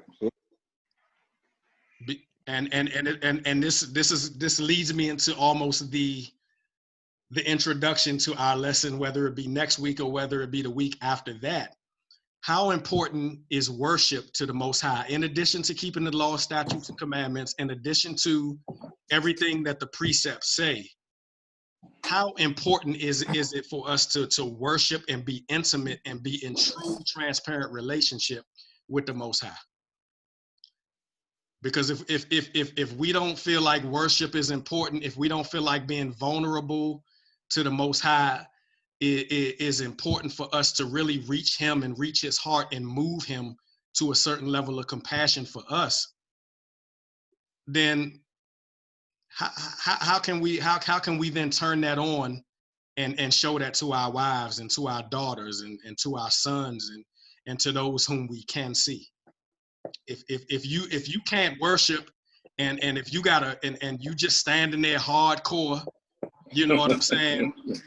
When you should be prostrate before the Most High. like if you can't be that way with the Most High after understanding who you was and how he set you free and delivered you, and your thanksgiving can't produce worship, then maybe that's the answer, or we should understand why our relationships with the people that we can see on a daily basis aren't flourishing. Because how you treat the Most High and how you interact with the Most High is how you will interact with your brothers and sisters. That's right. So with that being said, that's a whole nother topic, but I just want to prepare you for that, because we got a whole lot of brews out here that will attack those Israelite men and women or those congregations who worship. They say that's a Christian thing, man. Yeah. That's what they say. Yeah. So even though it's all in the word. all in and throughout the word. You know what I'm saying? So all throughout. So get your guns, your spiritual guns, cocked and ready and loaded for that particular subject, because some of us, we can't even get what the Most High has for us because we cold towards him, just like Cain was. And just because we ain't went out here and killed nobody, it doesn't mean that those things on a smaller level aren't festering within our vessels and within our spirits. Right. Right. So as we close out, anything that was spoken from beginning to end, if there's anything you want to say, the floor is now open. I'm gonna start with Abad Yahoo. Thank you for your time. Thank you for your patience. Thank you for joining us. I honor the fact that you decided to come on and join us for Barbershop Talk. But as we close out, I'd just like for you to give us some final words. First and foremost, once again, I thank all of my brothers who have came into the knowledge of the truth, or you are searching for truth.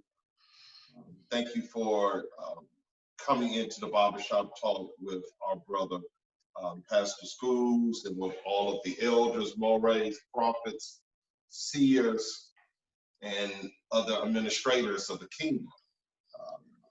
The article that you read, like all of you were saying, is just a result of, you know, the post-traumatic slave disorder. And people don't understand, you know, it just didn't start from the slavery of the transatlantic slave trade. It even started even more so from when we were in Mizraim in Egypt.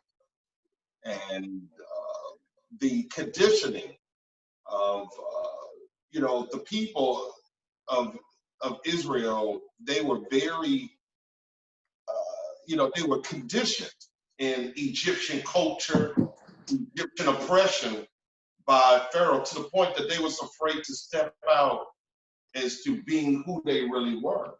You know, they almost lost their identity, but yet still, they still cried out to the Most High. And the Father sent a savior by the name of Masha or Moses to get them out. The post-traumatic slave disorder, the oppression is so real and it's so deep.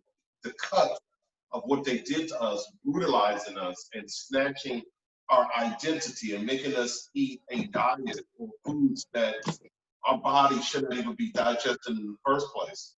Adopting names that, you know, were very contrary to our culture. You know, being dragged into a land. Now, we read in the scripture that we was going to be brought into a land that we knew not. And here we are.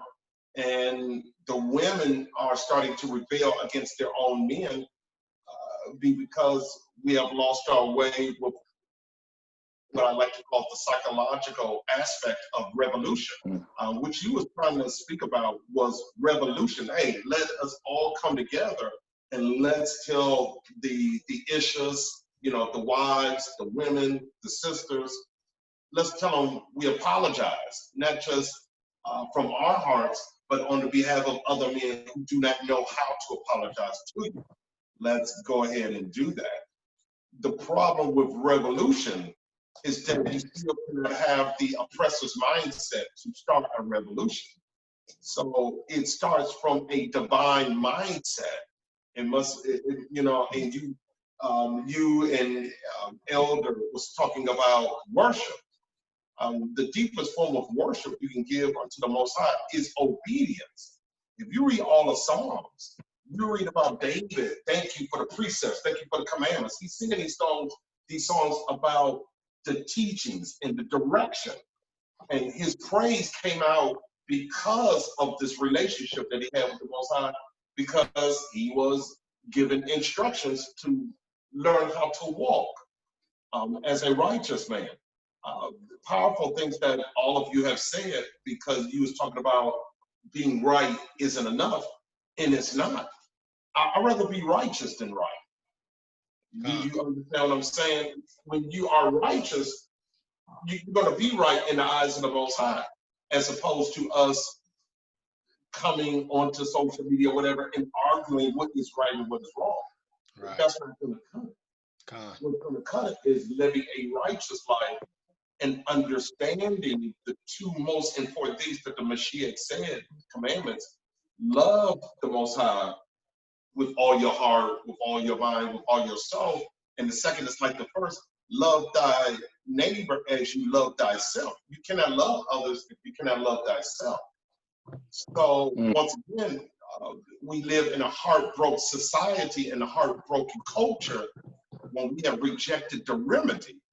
Right. And the remedy is not religion. The remedy is righteousness. And if we don't find that, we're not going to be able to peel the scab and peel the Band-Aid to heal ourselves and learn how to forgive ourselves so that we can learn how to forgive others.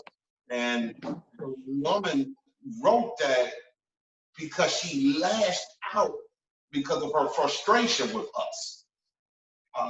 You know, I hear even within my own household how my issue talks about when are the men going to stand up, and it's frustrating to the women that here they are, they have a sisterhood and they are ready to build with the brothers, and the brothers, we ego trip, we I'm not going to say scared, we scared because we afraid to step out on who we really are. We're not being transparent with each other, let alone be transparent with ourselves.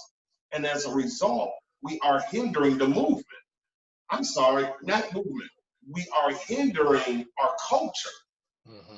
And you know, and if we're going to continue to do that, and this is why you see the men being feminized and the women start to be masculine, because society sees that we have brainwashed and we have bamboozled and we have whitewashed the Negro to, you know, to the point that they don't even know who they are. They don't even know the greatness of who they are. They don't even know the richness of their heritage and their culture, that we even took their scriptures and turned it into a Bible that we mock them each and every Sunday. And we posting pictures of a blue-eyed, blonde-haired Messiah to mock us. And we're gonna put them on a tree. And they're not gonna know because we're gonna put them on the cross, and you know, they're gonna give us billions of dollars to support the Vatican, to support the Red Shield, the you know, the Royal Crown, and that's why we are stuck, and you know, where we at. So we have to change our mindsets. We have to go back to the ancient paths. We have to go back to the divine order, the Father, the Son, the Ruach, man, woman, child. We have to go back to that. And maybe it's not going to happen in our generation. I just pray it happens in the next or the one after that. But the Father said in his word, it shall come to pass that there will be a remnant that will do that.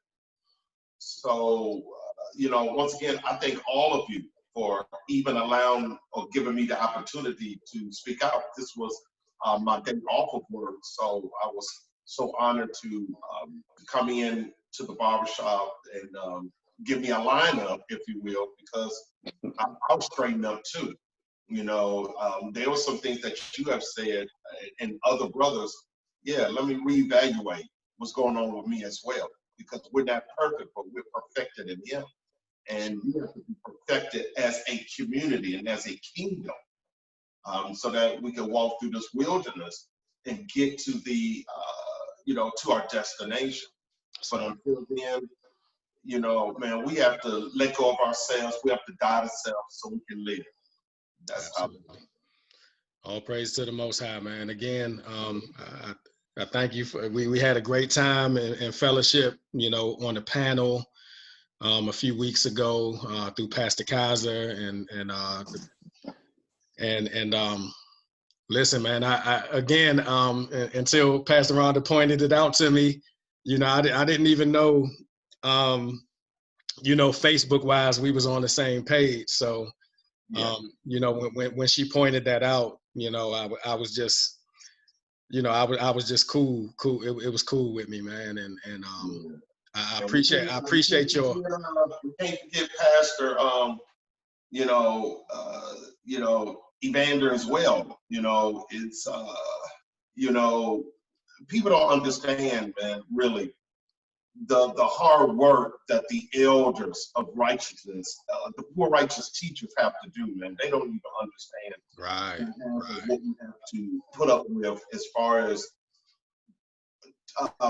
dealing with a stick-necked people. You know, like I said, we so brainwashed and we celebrate ignorance on a daily basis. Yeah. And you know what I mean? Even I was doing the same thing, you know, like I said. And then when I woke up, I was like, man, I'm doing everything wrong. So I had to unlearn. And then I had to relearn, you know what I mean? So, you know, Pastor White Kaiser is a good move that he's doing in this region, to gather brothers and elders. Let's discuss these things. We're not going to have a debate. We can do that all day long. Let's discuss what the problem is, and then let's solve it from there. And you're doing the same thing, and Evander, doing the same thing. Come on, y'all. Let's get right. Let's come into righteousness. But as y'all well know, they're going to fall on deaf ears, but we still have to cry out loud in spirit. Absolutely. Absolutely. Thank you, my brother. I appreciate you tonight. You know, at the end of the day, man, you know, if I got to be the change that I want to see. So if that means if I got to humble myself and I got to be transparent and I got to talk about myself and I got to, you know, deal with myself in front of people, you know, man, whatever it takes for us to get where we need to be. That's just what I want, you know, and sometimes I don't even know if everything that I'm trying to do is enough, or, you know, if I'm even doing it right or effectively. But I'm not afraid to come before y'all, man, and just say, hey, let's figure it out together. You know what I'm saying? Like, my goal is to hear well done and to participate in an eternal kingdom. And if that means that I'm not the top dog and I'm not the being one that's praised the most, but I make it in and I'm not eternally separated from the Father, come on, man. Like look at where we at, y'all. We in hell already. You feel me? We in Psalms 23. We walking through the valley of the shadow of death. You know, like do we really want worse than we've already experienced? You know what I'm saying? Like, I'm excited in so many ways of the growth and what I see happening, you know, in the earth as it pertains to our people waking up.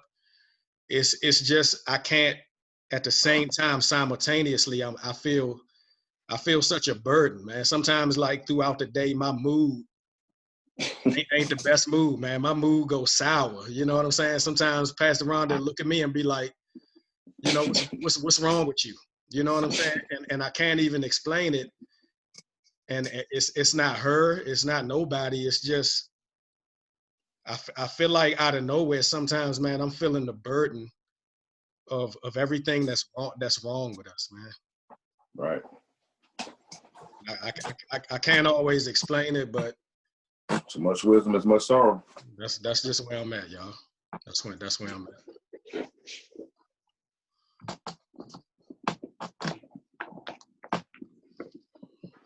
I thought I was the only one that felt that way out. Nah, fam. He that increases in wisdom keeps increasing sorrow. That's it, man. I thought I was the only one, bro. Wow. Yeah, I just really, we didn't experience too much. We did too much. We're enduring too much of our, you know, from our father's sins, man, for us to continue to perpetuate those same things. Like, you know, I got somebody close to me that, you know, had a mother that was on drugs and showed everything, you know, that you shouldn't do and you shouldn't be. But nevertheless, with this particular person, it didn't shape and mold them. They actually looked at the wrong and they looked at the downfalls and the mistakes, and they used that as a catalyst to righteousness and to doing the opposite of what they experienced and what they seen. And so I know we can do it, y'all. I know we can do it, man. It's just maybe I wanted to materialize a little bit faster than what I can see. but at the same time, I'm extremely motivated to just do my part and at least, you know, live the best life I can live and look to please the Most High. And hopefully it serves as a light and is contagious enough to the next man to do the same, you know, and I still need help. I still got to overcome, you know, to self. I still got to die daily. But I don't know. What you thinking, McDuffie? What say you, man?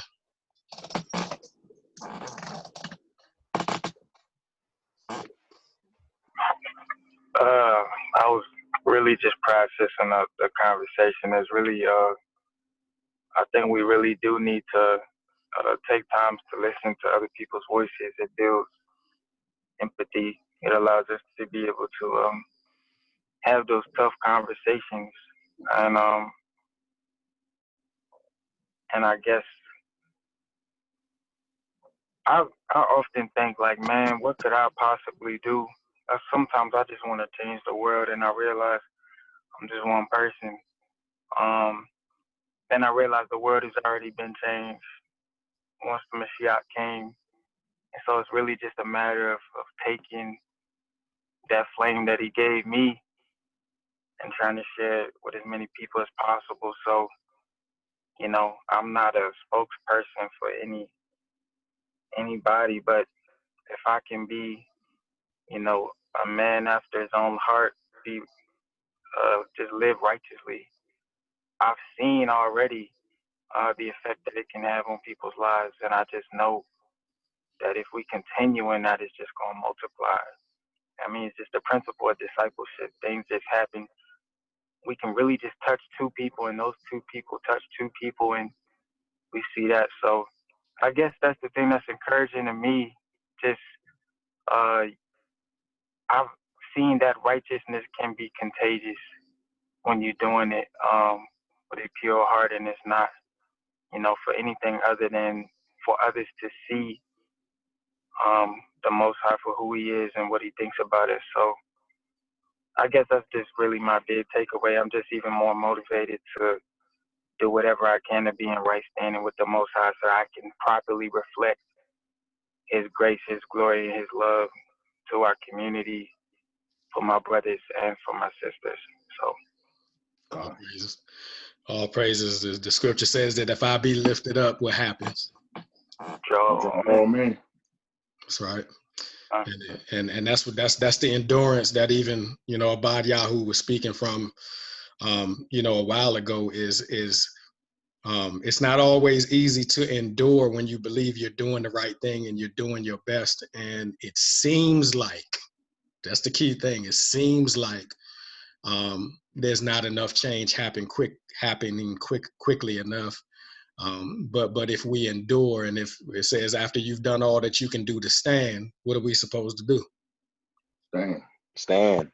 Mm-hmm. So I mean, it's just been so many jewels dropped tonight, man. You know, it's crazy. But I'm gonna go to Chambly, then I'm gonna go to Mickey, and then we're gonna go from there. Man, most definitely what I got from this whole conversation was being transparent with yourself and with the Most High. Because those are the two people that you can lie to anyone who you want to, but the fact of the matter is you can't fool yourself. and you don't, yeah, man. And you can't fool the Most High either. So you can try to hide something, but it's always going to come back to you, not the way how you going to expect it. It's going to be worse. And take time to heal and take the necessary precautions to heal. And yeah, man, that's what that's such a big word. It's only it's only 4 letters, but it's such a big word, and that's heal. Huge. It's huge. All praises. All praises. Mickey, you got a moment to say anything? Are you there? Yes. My apologies, brothers. But Man, that was powerful. I did catch that letter, and man, we got a lot to do. I'm starting with me, you know. So, you know, wow, that was powerful. That was powerful. I mean, from what I heard, you know, heal me, Abba, and I shall be healed. Save me, and I shall be saved. Thou art my praise. So, brother, I'm gonna leave it right there. Man, a few words, but that which you speak, that which you speak, Mickey, is always heartfelt. And again, my brother, man, I just thank you for sacrificing time that you don't technically have to join the brethren, man. You talk about forsaking not the assembling of yourselves together. So that which you show on a weekly basis, man, I just pray that the Most High will multiply everything in your life, man. Everything that means anything to you. Your faithfulness to just a barbershop talk. It's admirable, and so thank you. Hallelujah. Thank you so much. Hallelujah. Man, let's go to Trayvon, and we're gonna go to Deke. So, one thing I really just got from this whole talk is, you know, to be humble and just look within yourself. You know, it's a lot of things that we need to fix first before we go and try and fix everything else. You know, it's a process to heal, and we have to take those steps in order to get where we want to be. So it's just like I see that, and I just see how like we treat each other, or how we don't hold like people accountable for what goes on, like in terms of like how us men treat our women. For example, like we'll turn a blind eye, and we'll know that our homeboy's like doing his girlfriend wrong. And so, you know, it starts with that mentality that we have to fix it. You know, a lot of our people that we call close, they have this mindset that they don't value. We don't value each other. You know, so it's just a lot of things we have to do. We have to start holding each other accountable if we want to heal. That's right.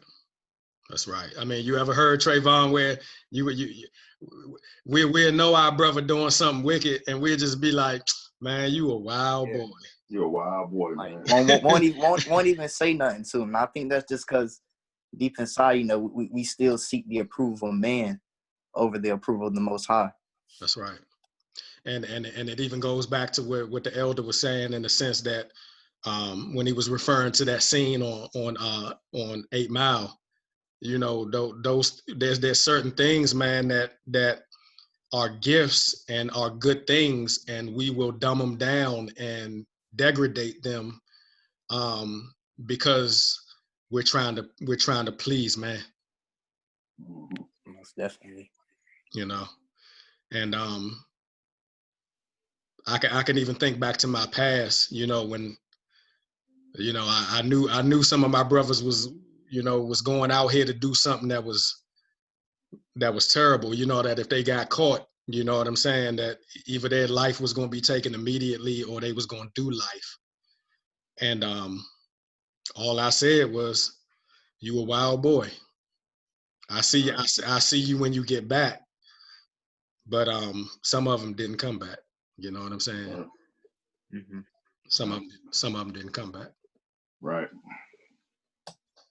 Okay. Man, I'm in all honesty, man, I'm holding back, you know, I'm holding back tears right now, because we just got such a long ways to go, man. Right. But I believe, you know, wholeheartedly that everybody on this call is able to make a difference. Right. So sometimes we have to really focus on the reality of the seriousness and severity of what we're dealing with. And I think sometimes in the hustle bustle of life, we try to lose sight of that.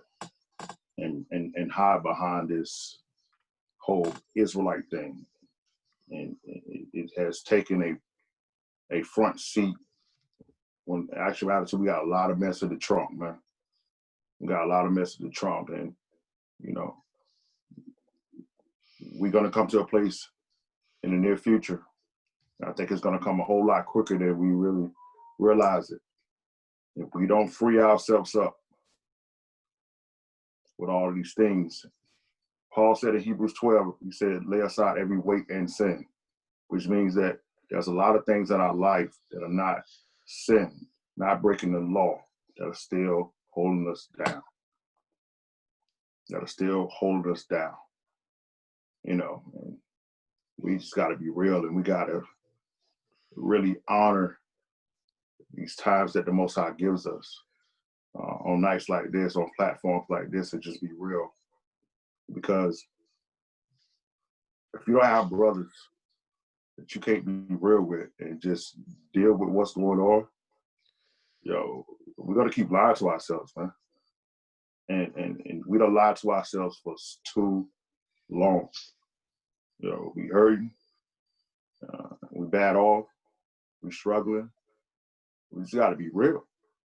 You know, this is real, man. Like, this is really the state of our nation, the state of our families, our community is on the line. And the Most High has entrusted us with being born in this season. This means something. This means something. We were not awakened to win debates and precepts. That's not what this was about. He has entrusted us with this mantle.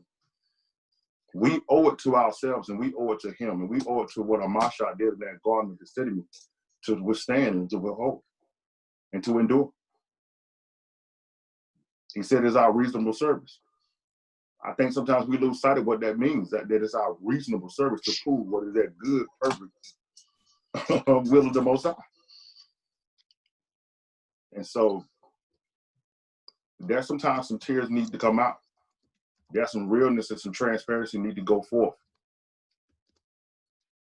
Because if we don't do this, man, right now, man, who else gonna do it? That's right. Who else gonna do it? That's right. I mean, ain't no reason for us to wait for somebody else when we can get it popping, man. Right. You know what I'm saying? So all praise to the Most High. Deke, the floor is yours. First of all, before I go to Deke, I just want to read a comment from my brother Darrell, who's multitasking, you know, kind of on that same tip that Mickey was on, but he didn't want to, Lavanda, this was my brother that you was asking about. Right. So I definitely thank the Most High for Darrell, who again has been a brother, you know, and we go back far enough for him to know what I mean by that. He's been such a blessing to me and my family, and so even this comment, you know, I'm not sure if you guys can see the Zoom group chat that I have up, but it says, this was a great topic. I will apologize to my Eve for the hurt that I may have caused and for the hurt from other Israelites. Wow. Not only is he acknowledging, you know, his wife, but this is a man who is on his journey, you know, with the Most High, and so for him to even want to please the Most High, and he just want to do what's right, and his background and where he's been and what he's been through, and you know, serving this country and everything. You know what I'm saying? You talk about somebody that has experience, you know, that is valuable to us. My brother Darrell, thank you. It says, this was a great topic. I will apologize to my Eve for her hurt that I may have caused and for the hurt from other Israelites. Very powerful. I have to make an important call. So all praises to the Most High. All praise. All praises. I'm sorry, Deke. It's an issue. It's on you.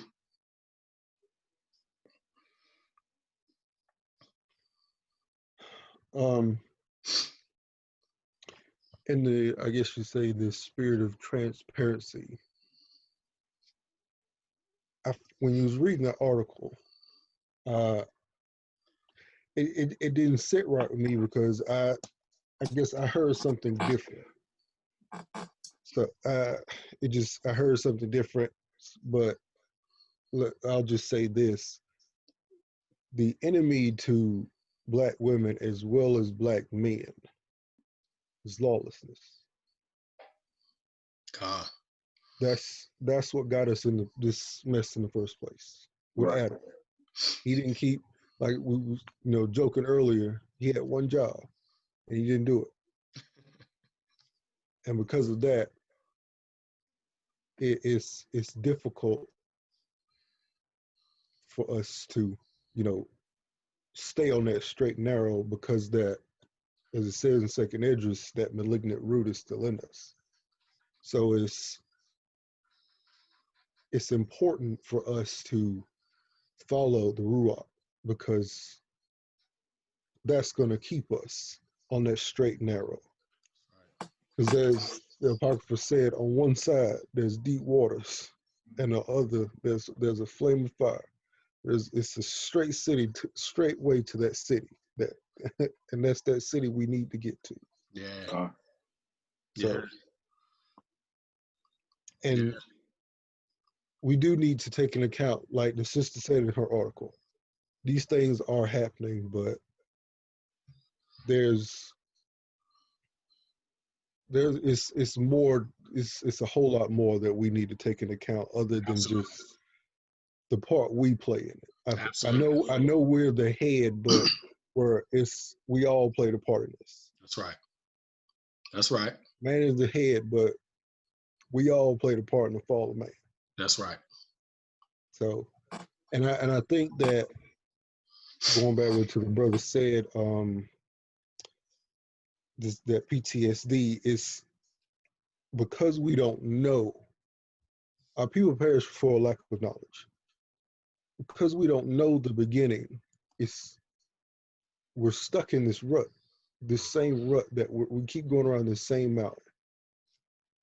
So we just need to go back, come back to the Most High through Christ and follow the Holy Spirit. That's our only solution. That's the only way. The only way. So. All praise to the Most High, man. All praises. You know what I'm saying? Like, this been good, y'all. This been real good. Am I missing anybody? I know you spoke briefly, Levan, but it was off of something that was said. But before we call it a night, the floor is yours. Well, I think really a lot has been said, and there's a lot for us to chew on tonight. So the only one thing I wanted to do was just to give a charge to the people. On Monday nights, my brother Ken and his wife have a prayer call every Monday night, 8 o'clock. And we've been on that for several months now. And it's just been a blessing each Monday. And one of the things that I thank the Most High for what he's doing is full of constant testimonies, and sometimes spontaneous worship and healing takes place through the airwaves. But if there is any disappointment that I have in it, is that there's not enough representation of men. And so I have the ability to say this because it's not my call, and I'm pretty sure the brother thought about it. So I want to say it for him. This was not something that was orchestrated by him. This is something because I'm his brother that I'm speaking on behalf of them. I would like to see more of the men that are on here on Thursday nights on this call on Monday nights. Because when they open up the floor, I mean, you having sister after sister, sister after sister after sister. And then like when it's time for the men, and not to just call out names, it's only a couple of us. Men, praying and worshiping is not a woman's job. And I don't know how that got put on us, man, as if that's the woman's job to pray and worship. That's not real, man. It's not factual. We got to do better when it comes to that. You know, we'll have these debates, we'll have these conversations, we'll do all these things. But when it comes time to pray, what up, Juice? Juice just came in the building. Nick just came in the building. That's why they went on tonight. It was traveling. We still on. We still in it. All right. And put me down as present now. I still made cameo appearance now. Hey, that's my brother right there, man. But I would like to see more men represent on that prayer call. This is not a woman's thing, man. We need the men there praying and putting your agreement and your faith in the building to shake down this world, man. So the number is 712-770-4700. I'm gonna say it again. 712-770-4700. The passcode is 493724. Yep, put in the chat. Yep. Got you. Yeah, I was about to ask. Yeah, I put it in the chat for everybody. Mm-hmm. Because we got. I would like to see more men in there because, you know, it'd be some power going down in there, and if only you guys knew what it was just this Monday night. It was crazy. It was crazy. Yeah. It was crazy. Yes, I'm on. And so, you know, I would just like to see more men representing there because if we can see a more power going forth, and then we'll see a transition tonight into our lives. You know, when we on here every Thursday night, man, it's a blessing, and I look forward to this every week. But I'll be honored to pray with you guys just as well as talk. You know what I mean? Absolutely. So I'm putting this in here right now. All praises. And I love each and every one of y'all, man. Anything y'all ever need, man, you got a brother, hit me up, man. No doubt. All praises. No doubt.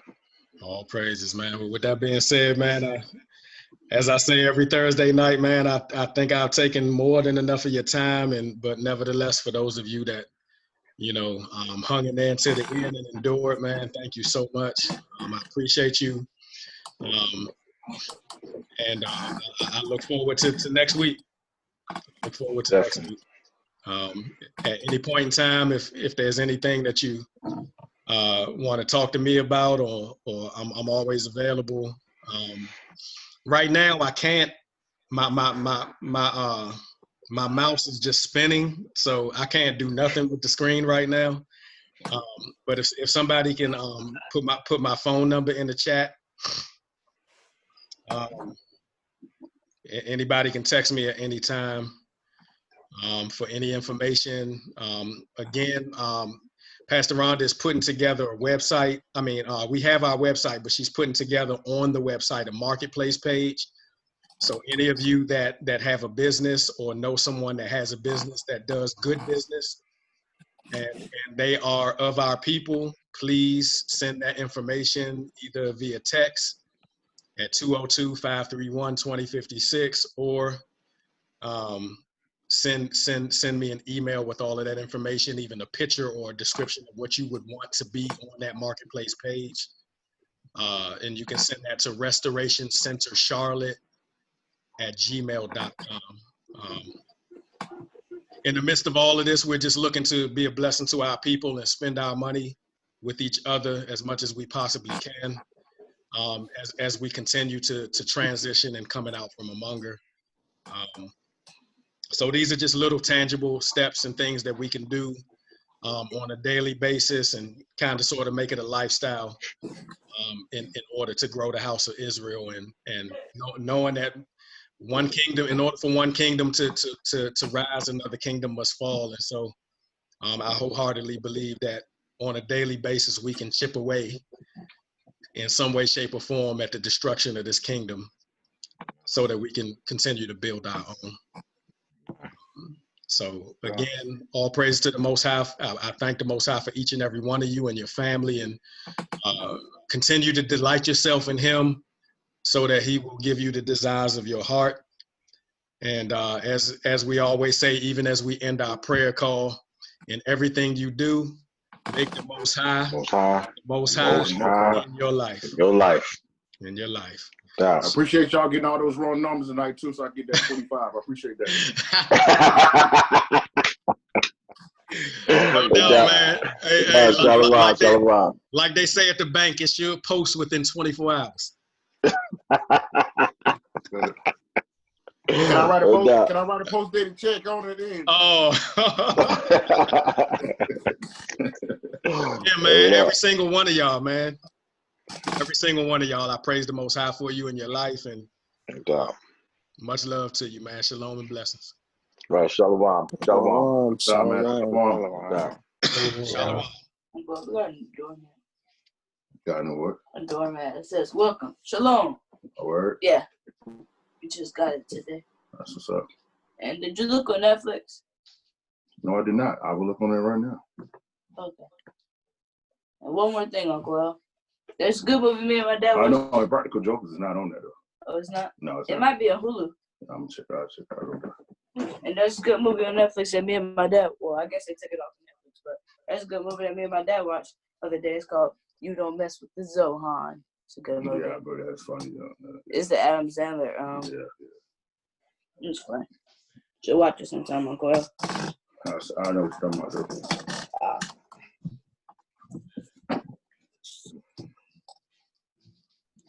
I thought it was just you on there. Hey, is there anybody that if when you move your mouse on the screen and where it says chat, what else does it say? Does it say end meeting or anything like that, or stop recording? Do you see anything like that? All it has on there is leave, but it don't say end. Okay, so my my Zoom meeting is like on pause, and it won't. My mouse is spinning, and I can't even close the meeting. So if you see leave on your end, just click on that to sign out, and I guess organically it should end it that way. Yeah, I'm just hoping I don't lose the recording, but if so, it's whatever. It should though. I mean, but it definitely got done what it needed to do tonight. No doubt. But it should. Shalom, y'all. Appreciate y'all. You just click on leave and let's see what happens. All right, man. Shalom. Shalom.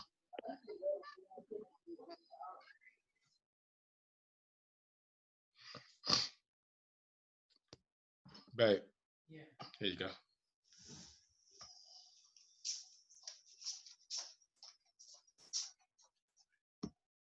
That's me right there. Why is it not responding?